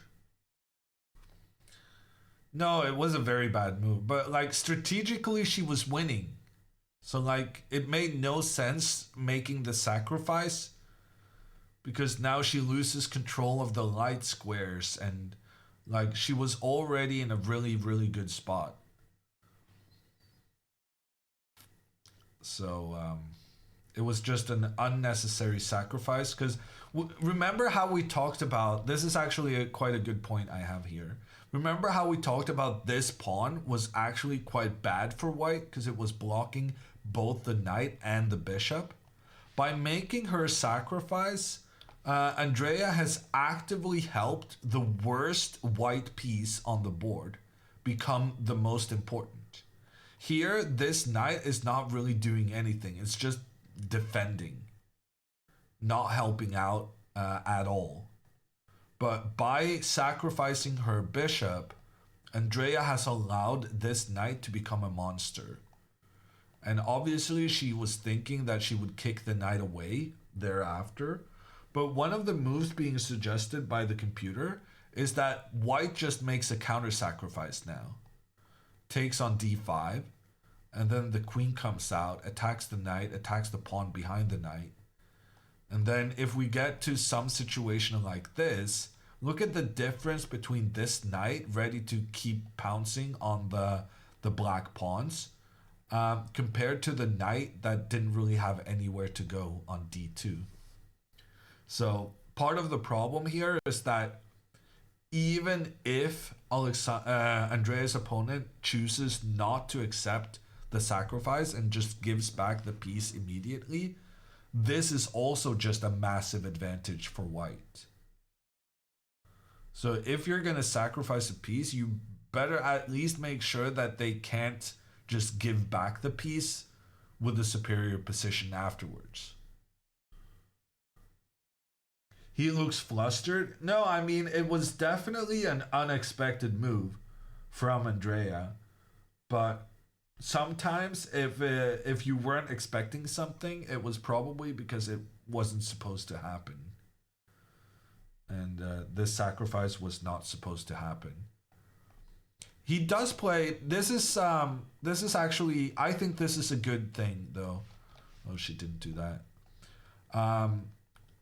Mathieu plays knight b6, which is, this increases the likelihood of Andrea's sacrifice working out, in my opinion. So now if Andrea goes queen to c6, which I assume she's going to do to keep this pawn protected, now the only acceptable move for white is pawn to a5, which is not obvious.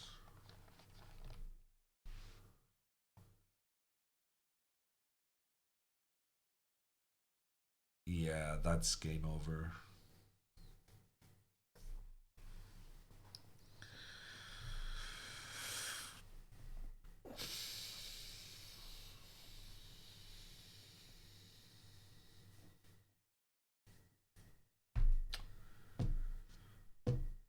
Yeah. She gave away everything that could control the light squares. And now after knight to d5, I don't know, maybe a trade. Like the problem here is that Andrea has absolutely no way of regaining control of this square and this square and this square and this square and this square and this square and this square. And you see what all of these squares have in common? They're all light squares. She sacrificed her light squared bishop, and then she didn't make any attempt at controlling the light squares afterwards. And then, yeah. And the white knight got into a better position, and yeah. She wanted to look good for you, chat. She wanted to make a big sacrifice and get chat's amazement and chat's approval. But in trying to be cool, she just gave away her bishop for no reason. And now it's just over.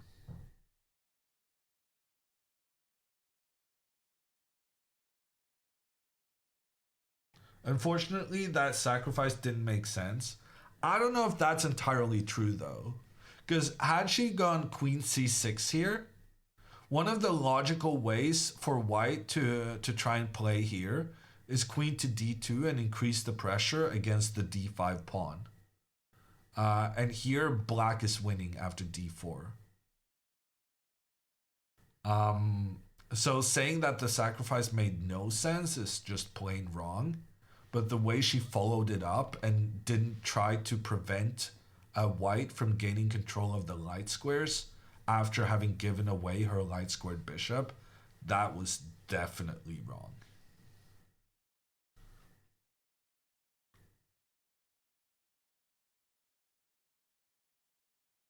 You're not playing the best moves? Well, that's because humans rarely do play the best moves.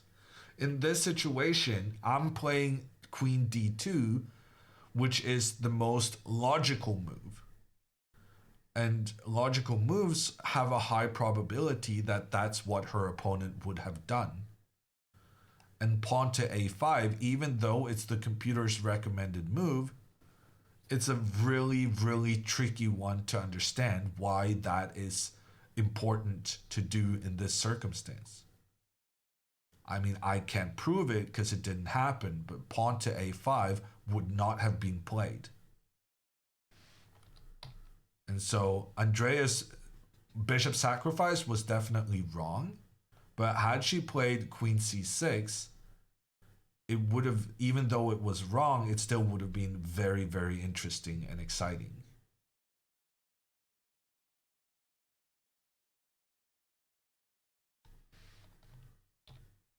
Okay, but the way it happened, the knight comes up to to d5. Queen c6 played. Trade between the knights. And then bishop takes this pawn, which is another reason we kind of wanted our bishop to remain on the f5 square. And now white is threatening bishop f3 to attack the queen. Andrea captures the white pawn. This pawn cannot be recaptured because then the bishop will come in to point down towards the white king. But instead, white's intention is to control the light squares. So he's going to go bishop f3, attacking the queen. And when the queen steps back, the knight will come in. And the knight is just incredibly beautifully placed on this d5 square. It's impossible to chase away. The knight is also making threats in 3 different directions. And then you're just going to trade. And now you can take the pawn because there's no more bishop. Yeah, it was a very interesting game. And Andrea was much better. Much, much better. But she got low on time and made a bad decision, and then everything fell apart in 10 minutes. Not the play with such a low time and many moves to 40. I don't necessarily agree with that, because when you're low on time, like your opponent was also low on time. Oh God, Bishop d7. I didn't even see that. That's an attack on both the queen and the rook. And ironically, this was actually a worse move by Andrea's opponent, because now Andrea at least is going to have some light squared control. After queen back takes, like, if her opponent makes a mistake here, she could have chances again. Like knight c4, e2.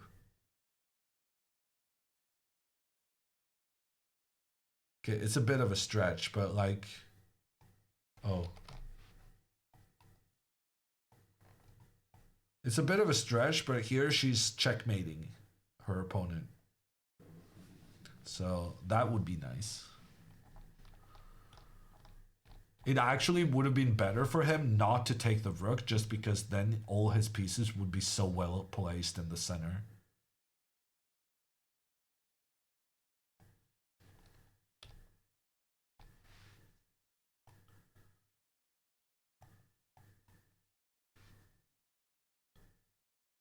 Any chance is still a chance.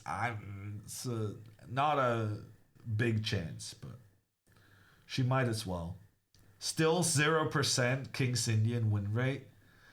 Yeah, Andrea's black score has been pretty bad, but like this game, it reminds me very much of the game against Otto, where Andrea played brilliantly but lost in the end. And it's like, she's getting good positions. It's just probably accidental that she's converting her white games and not converting her black games.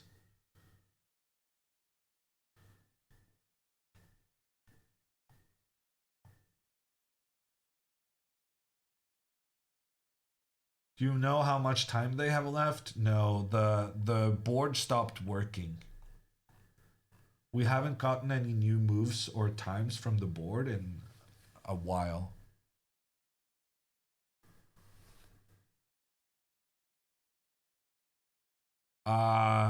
What?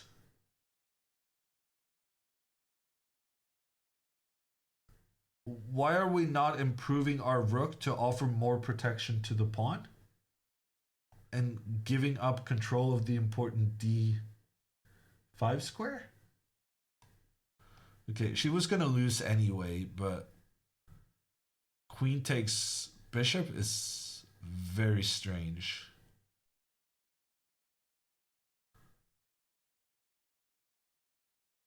She's just out of it. She's on tilt now. Yeah, that makes sense.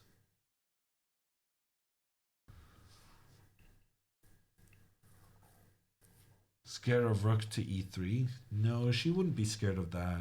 Obviously, she's going to see the bishop pointing in on the king.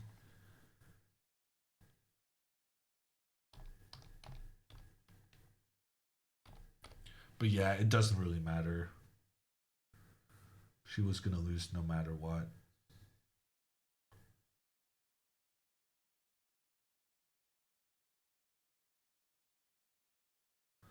What has happened in Dina's game? Dina retreated the knight. Her opponent retreated the bishop. Dina also played a6 at some point.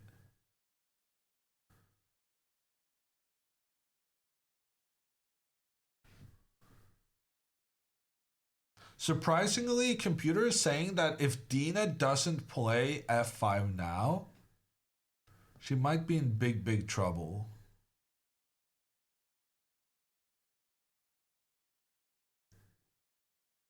But Dina doesn't really want to play f5 because then it makes it easier for her opponent to potentially get the bishop in to attack the central pawn later on.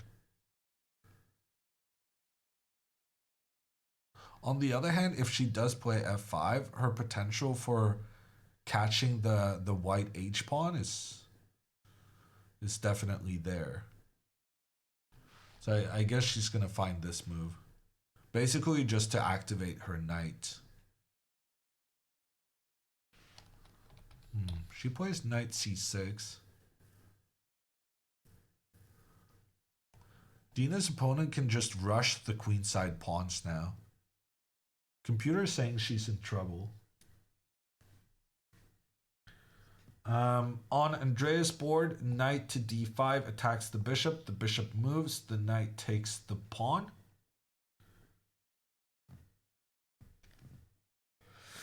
And at this point, Andrea's down a rook. So there's not really any hope, unfortunately.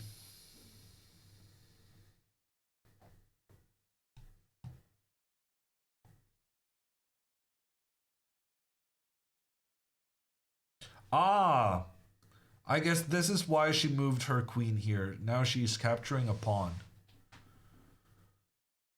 But there's limits to how much consolation that's going to be.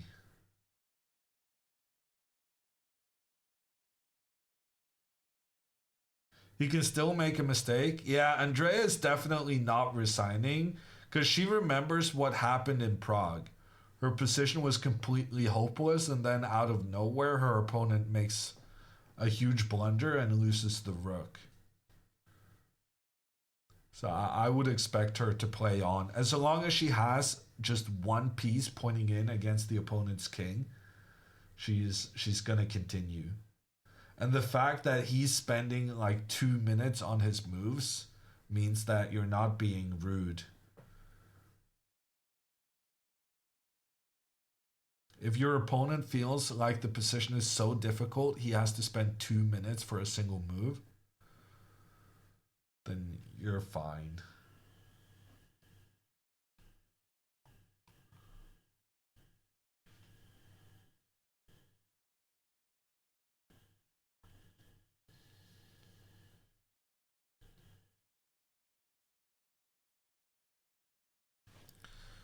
Both girls losing. I don't know if Dina's losing, but she's not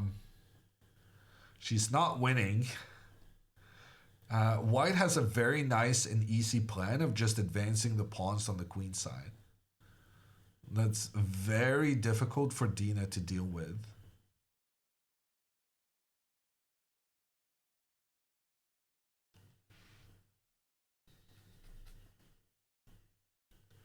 Apparently Dina has kind of a clever plan here to go knight h6. And then this is a draw, I think.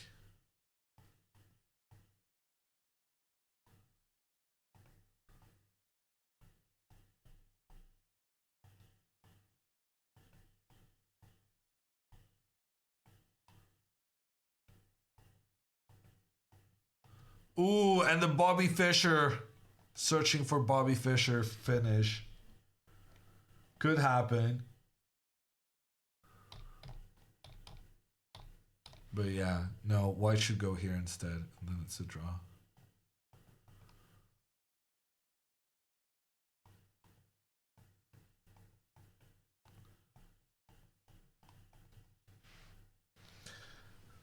But it's not a good sign when Dina only has like one sneaky maneuver to make a draw. Especially seeing as how she's kind of trying to win. She played knight d4. Yeah. I don't know what Dina's doing for the last 2 moves, but I know what White's doing. White is just moving the pawns up on the queen side And now Dina is in massive trouble. She really shouldn't have allowed white to just easily progress the position on the queen side. And the white moves are kind of playing themselves.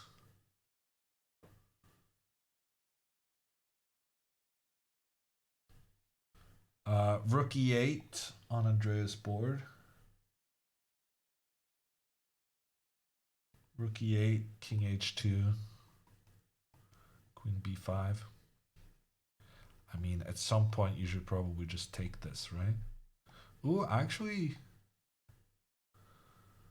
yeah, this might be one of the worst moments to take it, but it's still good enough.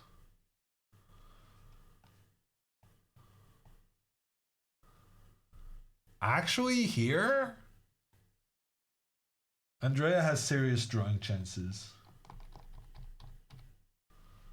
So her opponent really wants to get rid of this bishop, and often your instinct is just using the knight for that. No, the rook for that. But can't really do that here. Queen d1 is good though. Queen d1, you can move the queen up into the attack and you protect your rook, and the rook protects the knight, and everything's okay.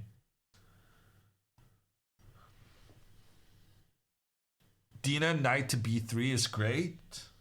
I mean, knight to b3 I think loses instantly after bishop e3. And then the bishop controls all the squares the knight wants to go to, and the knight is trapped. Yeah, actually Dina's just lost now. When I let the computer just sit and think about it, the more the computer thought, the more it hated white's position. No, sorry, black's position.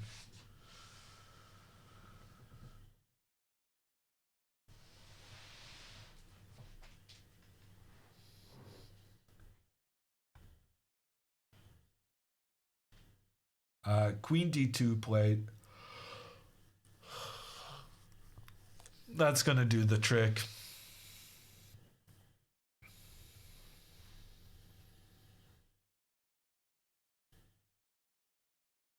Are they allowed to wear earphones at this tournament? No. Andrea was wearing earbuds yesterday. No, not earbuds. What's it called? Air plugs to like shut down ambient noise, but not a headset where you can like listen to other things.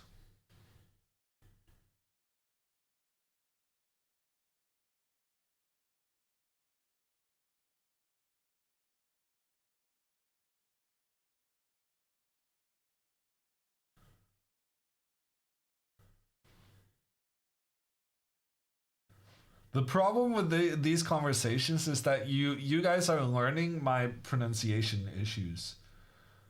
And they're just, ooh, knight c4. That's a classy move. Classy move alert. The knight attacking the queen while the rook simultaneously attacks the black rook. Andrea was already down a rook and now she's losing another one. That's not great.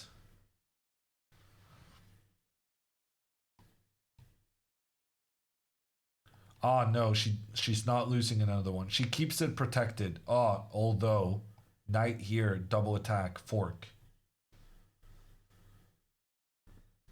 She saved it for a move. But there it goes.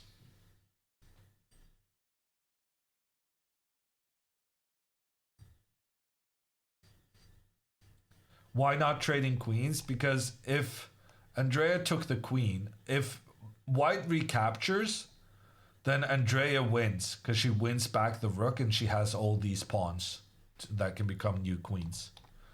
But the problem with queen takes queen is that instead of recapturing the black queen, white will capture the black rook and say check on the king.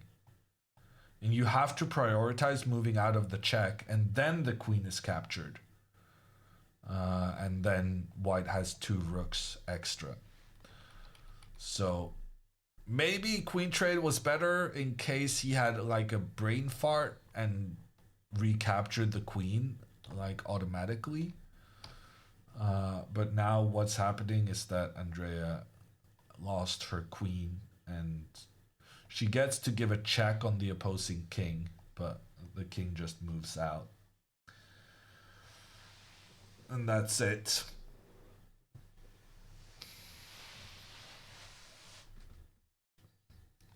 Rook e5, Hail Mary. The problem is that white can even just take the bishop and you don't even have a checkmate. She got the spite check.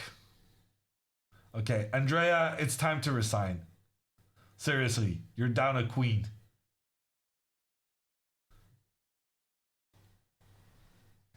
I mean, you guys are discussing whether it's too late to resign when, like, you guys wanted the guy yesterday in Andrea's game to resign when he was down a pawn.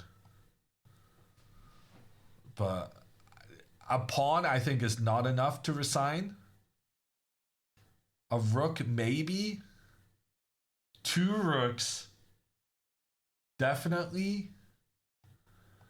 But a full queen? I don't know. A full queen, it might be time.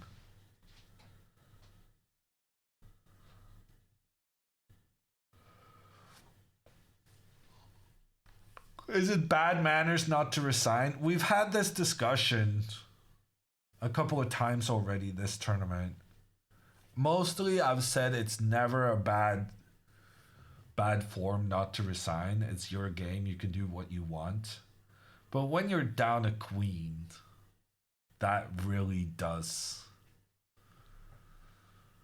test even my patience. More play time equals more stream time. That's one way of putting it.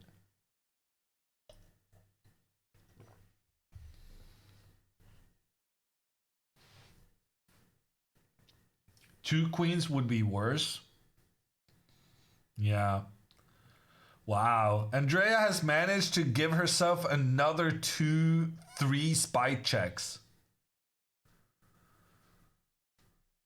This is actually rather impressive. The number of spite checks she's managing.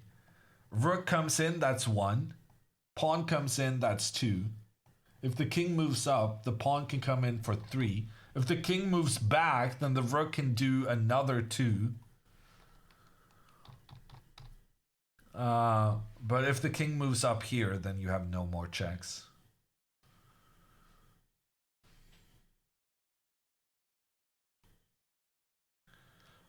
Sepper wants me to remind everyone that this is not the last game of the day. Of course, I don't care if you show up for the next one, but apparently Sepper does, so to honor him, I will tell you guys that the next game starts. I'll talk about it after we talk about the fact that Andrea just resigned. What was the defining moment? She decided to go h5, threatening rook here, checkmate. And the guy, instead of going for the checkmate with the knight and the queen against the king, he just went with the knight to defend. And then Andrea resigned. So apparently the threshold for resigning is a queen and a knight and an undefended king. Andrea, understandable that she's going to be disappointed about this game, because she had a big advantage, but she made 2-3 mistakes in a row when she was really low on time, and making a mistake at this level, you just get so severely punished for it, and she could never recover after giving up control of the light squares.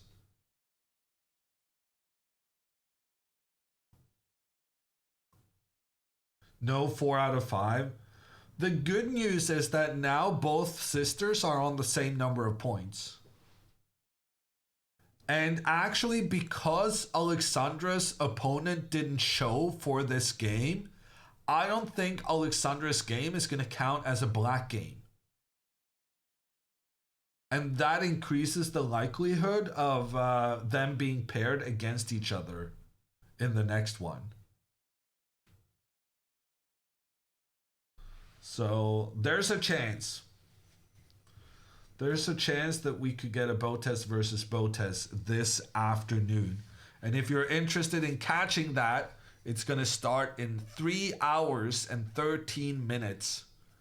That's 4 p.m. local time in Reykjavik. It's 5 p.m. Oslo time, Central European. It's noon Eastern and 9 a.m. Pacific.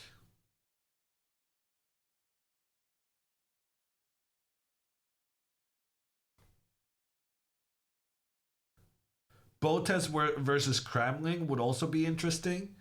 Let's check out, actually.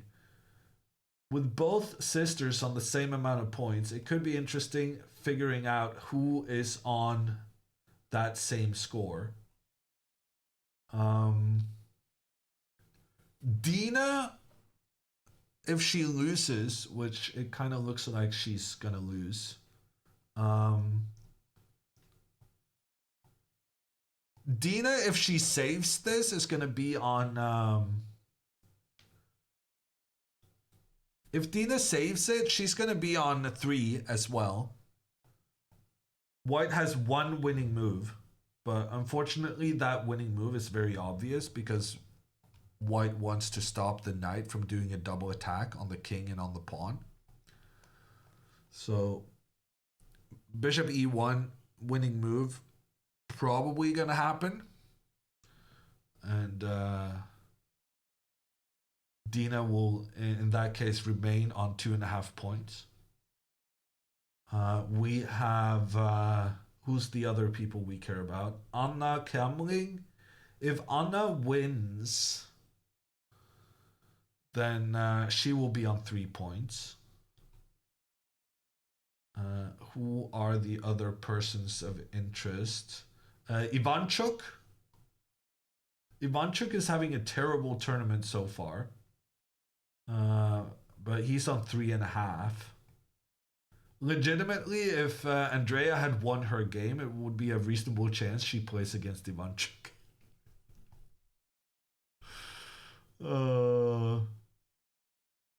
Bishop e1 is on the board. Yeah, Dina's in big trouble.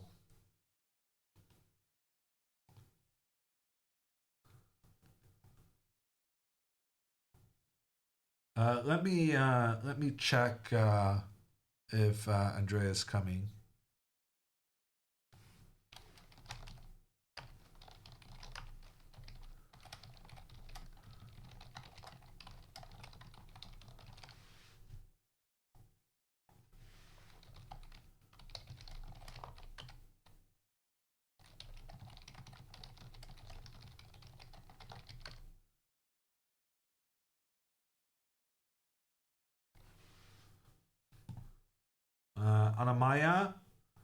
Anamaya is on...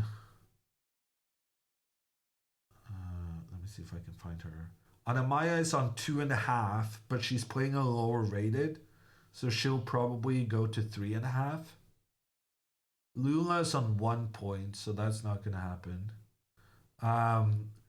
Chessbird from Canada, he's on 2.5. So if he makes a draw against a 2,300 15-year-old, I guess that's not super likely. Bodana, the 8-year-old from England, the new sensation. She's on 2 points, and if she wins, she's going to be on 3. And she's in the right rating bracket for Andrea to play against. She's 2,088, and that's very close to the rating Andrea has been facing in this tournament. So Andrea could get the 8-year-old.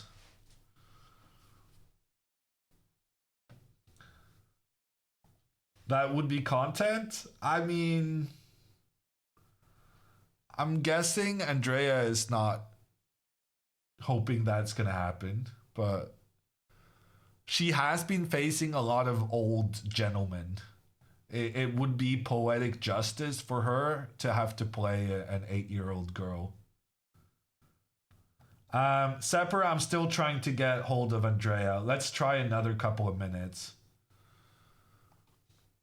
Knight h6 was the only move not to lose immediately. And the idea for Dina is to try and maneuver the knight to the f6 square so that she can attack both the king and the pawn. That makes a lot of sense. And now if pawn to b5, somehow this is a draw. This doesn't look like a draw to me.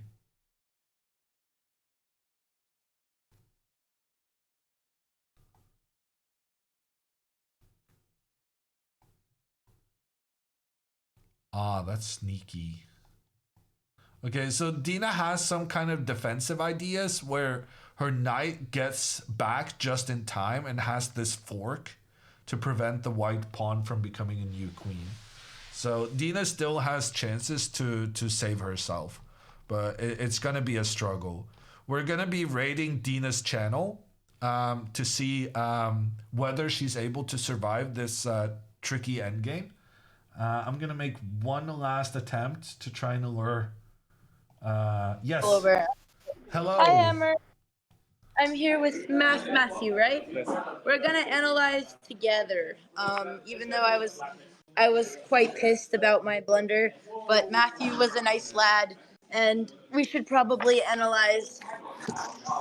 Can we? Oh, I just realized I won't be able to see the board because I don't have a phone. Let me grab my laptop. Hang on, 1 second. I have a laptop right here. Okay. Then we can, actually we could just do an online analysis. That's probably easier.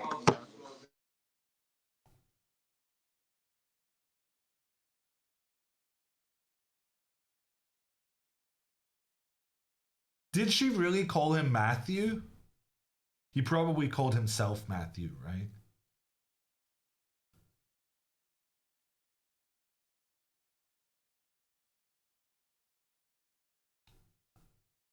I have no sound on you right now, Andrea.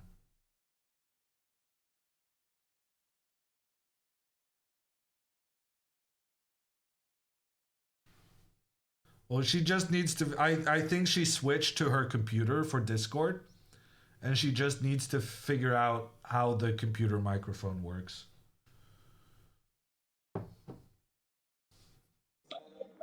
You hear me now? Yes. There's okay. All right, we have the stream pulled up, and we have my lovely opponent, who was very polite. I was 10 minutes late, and he didn't start the clock until I sat down, so he was a That's gentleman. very sweet. And against such a sweet boy, you decided to play on with a queen less? Well, I thought there was a chance he'd fall for checkmate. You thought so, did you?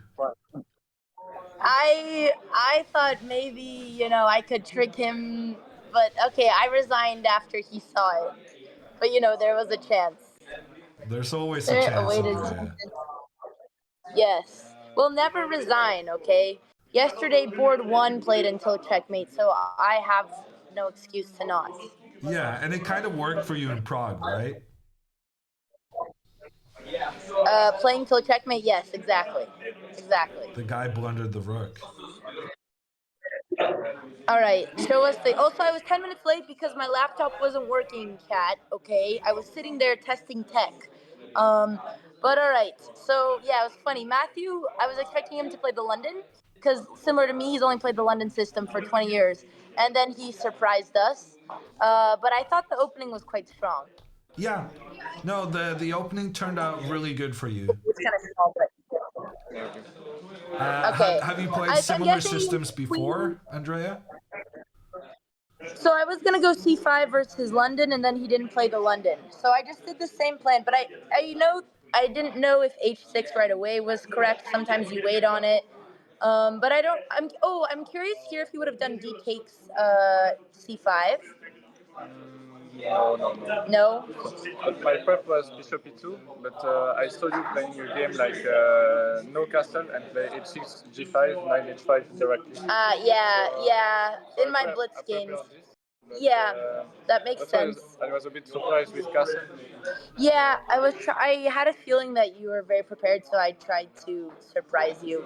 But I know g5 isn't good because after knight h5 you get knight d2, right? Or not? Oh no, not in this position actually. No, not here. So you would have won what here? E3. E3. And there is a funny line for black. You play e3 with white, c5. I don't. We lost audio. What did he say after c5? Normally we play d5.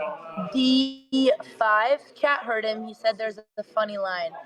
Andrea, you would have won if you didn't sack. I know. And d5 is a mistake for me because you take on g3, you take the bishop. Oh, so you weren't gonna go d5 here. No, what were you gonna play? Yeah, knight takes. Oh yeah, this is actually in my theory. c3 and king d7 for king c7. I actually have this in my books, but I haven't. Nice on c7. Yeah, king d7 and king. This is a nice line. Yeah, I saw this once. I don't think I would have remembered it, but I didn't want to go into this stuff. But then what would you have done instead of d5? Bishop e2. Bishop e2. Okay. Yeah, I mean, it's not like a clear advantage for white. It's very similar this is to what the you game. wanted? Yeah, that's true. And you played one game with knight takes bishop. Oh, I see. I had this happen in a game. Knight takes bishop. Yeah, pawn takes, g4, then pawn takes g4. Yeah, I'm not gonna play like a patzer like that again. This was an online game. Yeah. But I didn't know it, so... is this from online or a tournament? From your database. I don't know. How old was it? On my phone, so I didn't see the tournament. I see. Okay, yeah, I don't... This was some patzer game. I wouldn't... But okay. Cool, good to know. Okay. All right, Hammer, you can show us our mistakes. The sack was so stupid, but I'll wait to see if there's anything up until that position. If you have any notes for either of us. No, I think you played it really well, Andrea. And he was put under immediate pressure. And g5, knight h5 is good. Bishop f5 is good. You're threatening knight to e4, so you're forcing him to go defensive with the knight. And like your position was just very good. Like at this point, you're doing super well. The computer thinks it's equal, but I was telling everyone that I thought that this is actually quite a bit better. Yeah, I mean, as a player of these systems myself as white, like, is definitely very difficult. I think. Okay, let's go to bishop f3. To that move, I don't know if it's fine or not. I hesitated between knight f3 and bishop f3. Yeah, knight f3. I was thinking queen d1 or queen e1 was your best, which was kind of sad that was the best move. But I don't know what was the best. But I also didn't respond. I don't think. But I thought here you had to go queen. Yeah. What was the right move, Hammer? Sorry, computer wanted queen d1, but like white's position is very, very difficult. Yeah, but I definitely misplayed against bishop f3. But yeah, that made sense. Yeah. Bishop f3, maybe I went bishop d3 too quickly. Definitely. So bishop d3 is just a terrible move, partly because he could have sacrificed his rook. So just because you're threatening a rook with a bishop doesn't mean that they have to move the rook. But also, after he did move the rook, your bishop is just misplaced here because you're concerned that it's going to get trapped with e4 coming in. But also, the bishop would have been good on f5 to protect the pawn on g4. So when you follow up with g4, the bishop actually would have been good here to give some extra protection. I played quickly because initially my plan was bishop d3 takes on d5, and then I realized you take with the knight, and then I have to trade and I'm screwed. But initially I thought takes on d5, and then I get c4 push because I didn't see that you could take with the knight, and that was why I did it quickly. It was an incredible blunder. If you push c4, I have rook takes d3. I think. Oh no, my knight is on c3. Yeah. These were or bishop takes pawn. I just didn't think you could take with the knight because I forgot you attacked my queen. Yeah, And but in that case, moment Andrea, why don't you take on d5 first and then go c4? Because knight, actually no, because bishop. I think I was scared of bishop takes. I was scared of bishop takes and then knight takes. But so then you remembered the knight Or could knight take. takes. Yeah. Well, that's what happens. I told you I have lots of brain farts. Yeah. Like I'll see a line and then I'll forget So about bishop it. d3 was just an awful move because it puts your bishop in a worse spot, and it's just That was so stupid. it's exposed. And but other Hammer's than not that, mad, like he's up until disappointed. this moment, you've completely outplayed him. And if you go g4 immediately, so I'm reminded of this moment when you played e takes d6. I'm reminded of when you played e takes d6 really quickly. Do you remember that, Andrea? Say that again. I played e takes d6. Yeah, and you allowed your opponent to activate their knight off from e8. I forget In his this name, but it's game? one of the games you won in the third round. Oh, you're talking about from Prague. No, it's from Reykjavik. It's the English guy, Philip. E? The 1600. Yeah. Who I beat? Yeah, you had a moment there where you made a quick trade, allowed him to activate his knight, and then you thought for like 30 minutes and you found the right move. Yeah. But the right move would have been better immediately. Yeah, doing it before the trade. Yeah. Yeah. And this kind of this is the reminded me of opposite. this because you rushed your move and then started thinking, and when you started thinking you found the right move, but had you been thinking first and made the right move immediately, you would have had a big advantage. Yeah. That makes sense. Yeah, it's a slip up.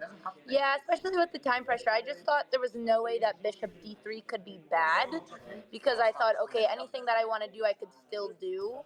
But it was quite bad. So that was it makes your bishop more exposed, especially since he has the rook on b3. Yeah. There's many variations in which your bishop is attacked. So if I would have won g4 right now and he went bishop e2, what would have been the plan for black? Well, I assume you go bishop d1, Mattia. Yeah. Because he wants to trade the bishops, right? Because these bishops are super annoying. Oh, yeah. And then you capture on d5. He has to capture with the knight because he needs to open up for the rook to protect along the third rank. And then after the trade of knights, this is the key. Here you have pawn to b5. And you win the game. Because now you get that light squared control that you've been hoping for. Oh, damn it. And if he takes, you can go bishop d3, but it's actually not as good as just cashing in. Because here just taking on e3 and everything is... The entire game I was calculating b5, hoping for a moment. Yeah, that was so silly. I can't believe I did that. I went so quickly with bishop.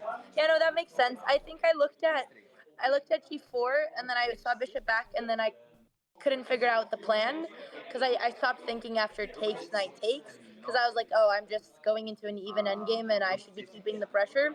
But I forgot about the b5 plan, which was literally the whole plan of it. So this is very interesting. You mentioned queen d1 as you thought that was the best move instead of bishop f3. What was your plan? Yeah, preventing b4. What was your plan there? Oh, I had no plan. I was going to figure it out if he saw the best move. Yeah, sure. Because I figured he might not. I was quite stumped. I was just praying that he wouldn't move the queen because I realized if he just prevents all my threats, like, yeah, then I don't know. I was going to shuffle around. Yeah, and that makes But I was going to figure it out. That's how I... Sure, and that makes a lot of sense. But Yeah. if you had managed to find a plan there, that would have helped you in what happened in the game. Because essentially, what you want to do is you want to open up for your rook. You played rook AE8, which Yeah. was precisely the move I was telling chat I wanted you to play. Up until you played bishop d3, you had played pretty much a perfect game. But when you move your rook to e8, the intention is to use that rook putting pressure on the e file. In order to do that, you need to capture on d5, but you cannot capture on d5 because a pawn takes g5, opening up the attack against the bishop and the knight at the same time. And what g4 does is that g4 prevents pawn takes on g5, which allows you to open up for the rook on the e file, which is why g4 is such a good move for you to get in, because it enables you to do your plan of opening up for the rook. And after queen d1, your best move is probably bishop h7, because you want to move the bishop away from danger so that you can trade afterwards. Yeah, that was my plan, actually. Now I remembered. That was my move. Well, I think what happened is I quickly looked at all his moves. I looked at knight f3. I looked at bishop f3. I looked at pushing, which doesn't work. And then in all those moves, I had a reason for not wanting to go g4 in some of those positions. So then I didn't calculate enough with the g4 push on the board to find takes in b5. And then, yeah, because what happened is I saw bishop f3 and I saw, oh, bishop d3, I take on d5 and I push c4 and I'm winning, and then I stopped thinking about it. So I didn't spend enough time thinking with the g4 plan on the board. Yeah. But that makes sense. And like I especially know this, like the Banco Gambit, every system that I play with e6, the plan is always to take and push b5, which is annoying that the one moment I wasn't looking for it, it was when I was supposed to do it, but that's chess. Yeah. Okay, that makes sense. Mathieu, you also had a big opportunity after bishop d3 because you could take on e6. Yeah, I saw this. I saw it, but I was okay. This is not working, but maybe. Yeah. Okay. No, in general, what the computer is saying is essentially that it really activates the white pieces. You're massively struggling with all your pieces being blocked. Like the bishop is blocked by this pawn and this pawn. The knights are being blocked by the same pawns. So you have this problem of your pawns blocking the activity of your pieces, and then the computer feels like giving up your rook, but getting a bishop and two pawns in return, in addition to your ability to now activate your pieces. That's pretty favorable for white. Because after rook e1, g4, bishop back, even though Andrea messed up by moving her bishop in to the d3 square, had you here gone back or made the trade, or like even something like this where you trade, open the e-file and then move your bishop back to protect this pawn, you definitely lost like 2 moves going back and forth with the bishop. But even here, like black's position is quite good. That makes sense. Yeah, I saw that threat earlier when he went bishop d1. Initially, instead of stacking, I was gonna. Oh, wait, no, this was earlier. Oh, I was gonna go queen d7 instead of bishop d3. But this is so stupid, and I didn't play it because I saw he takes, and then he goes b7, and then I realized I could just kick the bishop and then do my plan. But then I didn't think g4 there was good. But I saw the threat here because initially I was gonna go queen d7 instead of bishop d3. But everything pointed to g4. I guess with g4, I just didn't want to close the position there because I thought it was better to allow him the mistake of maybe opening and taking later. But I should have just closed and played on the queen side. But yeah, but also like you just, it's such an easy way of preventing the way he's attacking your b7 pawn, right? Yeah, no, that's what I'm saying. Yeah, that's why g4 makes more sense. Okay, but so I'm not like making the sack is it was definitely very ambitious, but I mean, that in itself, I don't think the sack was as bad as it kind of looked. Well, yeah,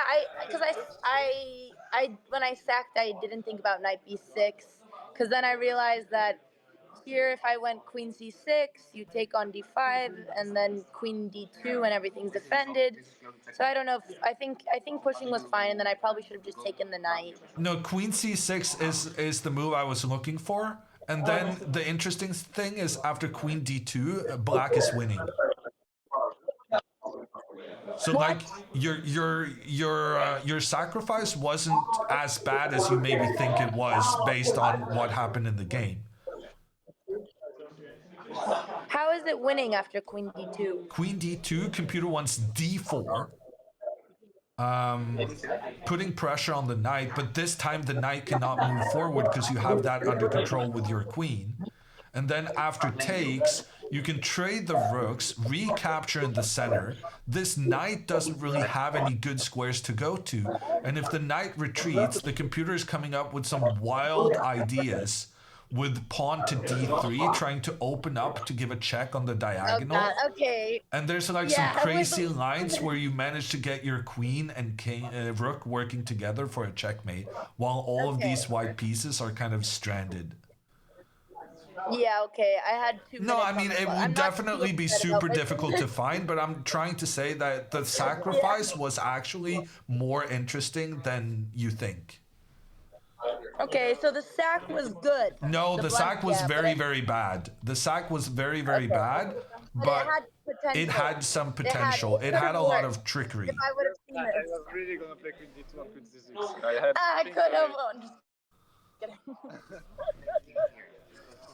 Mathieu, very could you obvious repeat that just so that chat hears? Because I had so many people in chat saying that no one would play this queen d2 move. Matthew said he was going to play queen d2, but I also thought he would have played queen d2, and then I thought it didn't work. So I think it was pretty hard to see that you just trade but that makes, I should have realized that my move doesn't work, because once I trade the knights, I lose the attack, and then I should have just, but no, it's not just about losing the attack, Andrea. And this is something Alexandra really needs to work on this, but you do too. And we kind of talked about it a bit earlier when you had your game in Prague, where you allowed your opponent's knight, you were too aggressive with your pawns, right? That you have to be very aware of the squares that you cannot control with your pawn. And here, once you got your pawn to d5, the irony of chess is that a piece does not control the square it's on. So before you captured the white pawn, you had this d5 square under control, but after you capture it, you no longer control d5, and then you have to be very acutely aware of allowing your opponent to get those placements where you can never kick them out. Okay. You cut out the first sentence you said was the irony of chess is that a piece controls the square. No, piece does not control the square it's on. Even though I would argue it does, because if I would have, because then I would have had a push. But yeah, okay. That makes sense. Yeah, okay. So I was so sure you were gonna play queen c6 here, because it's only way for you to keep the light squares. And then after queen c6, white has one winning move, pawn to a5. But my estimation was that a5 was very difficult to find. Yeah. Well, yeah, I saw queen d2, I saw push, and then I just stopped calculating after I saw he could take, because I was like, oh, I trade the rooks, and then I'm losing. Yeah. Because, and it kind of looks like you're losing. Yeah, I still don't. Because you don't have the light squares under control. It feels like the only way you can justify your sacrifice is putting your pawns on the light squares in order to compensate for the lack of light square control you lost when the pawn disappeared. When you gave away your bishop. Yeah. So I mean, this is wild that this works, but it's at the same time very interesting. And I mean, I don't want to encourage you to keep giving away your bishops, but I feel like you were very inspired by your game against Otto in Prague when you did it. Oh, Otto! I already forgot about Mr. Otto. Yeah. Did I sack in that game? You sacked your knight for 2 pawns, and it was brilliant. Oh yeah, but that was so different. That one was obvious it worked. Well, this one I knew was a gamba. Okay. Hope Otto's doing well. He was a nice man. Well, Well, okay. he beat well, you. yeah, that was. Even after you played such Otto a good beat game. me? Oh, you had No. forgotten? Oh, you're talking about Ludo. No. No, I don't know any. No, Ludo. The sacrifice he made, the of my knight for the 2 grandpa, and pawns, and then he defended perfectly and somehow managed to turn it around. Yeah, that was, yeah. Sorry, Otto, Ludo, dementia, exactly. You beat Okay. Ludo. Oh, That was a man. great game. Yeah. Okay, so that's ironic that I've lost 2 games already with my sack. I should probably stop sacking and learn my lesson by now, but yeah, I don't know why under time pressure that's usually what I end up doing, but I knew that yeah, it's because I missed knight b6, and I always miss things when I sack with low time pressure, so I should just probably stop doing it, but I most likely won't, so yeah. Well, I'm not going to keep Matthew hostage anymore. We'll say goodbye to chat. Yeah, thank you, Hammer, for the analysis, and no way, you're lying. There's no chance I would have been paired with Ivanchuk. He looked at our game for like 3 seconds. I was really flattered, and then he walked away. If you had won, you would be half a point ahead of I really wanted to Ivanchuk. take Matthew's points, but he deserved them. What, Hammer? If you had won, you would have been half a point ahead of Ivanchuk. There would have been a chance. I could have been world champion, Matthew, if you would have just given me this dub. We should have at least negotiated like a draw or something. Well, with a draw, you wouldn't have played Ivanchuk. You needed to win. You needed Maybe to if go I was all on out. time, I can do some under the table negotiations. No, honestly, and if Matthew would have started my clock how late I showed up, I probably would have played even worse because then I would have lost an extra 10. Because I need to test my tech because I had a, luckily, chat, Alex's opponent just forfeited the tournament and he didn't show up to the game. So then I stole her laptop because my laptop just wasn't working. But Yeah, the next Alexandra is game pretty is unhappy in about that, by 2 the way. hours. I mean, free win and you sleep in. How is she upset? She had a lot of coffee, I she have one said. last question. Before the raid goes through, Matthew, did my hat distract you at all? Dina said, okay, I wanted to wear it, and then I asked Dina if she thinks it's illegal, because I said, what if my opponent thinks my big fluffy hat is too distracting? And then she said, good, you could beat him that way. So I wore it anyways. Nice strategy. I'm gonna get a bigger hat for the next game and just keep growing it. The Oh, raid shit. went Okay, through. bye, Hammer. Bye. I think the raid went through. Yeah. It's okay, we raid Dina.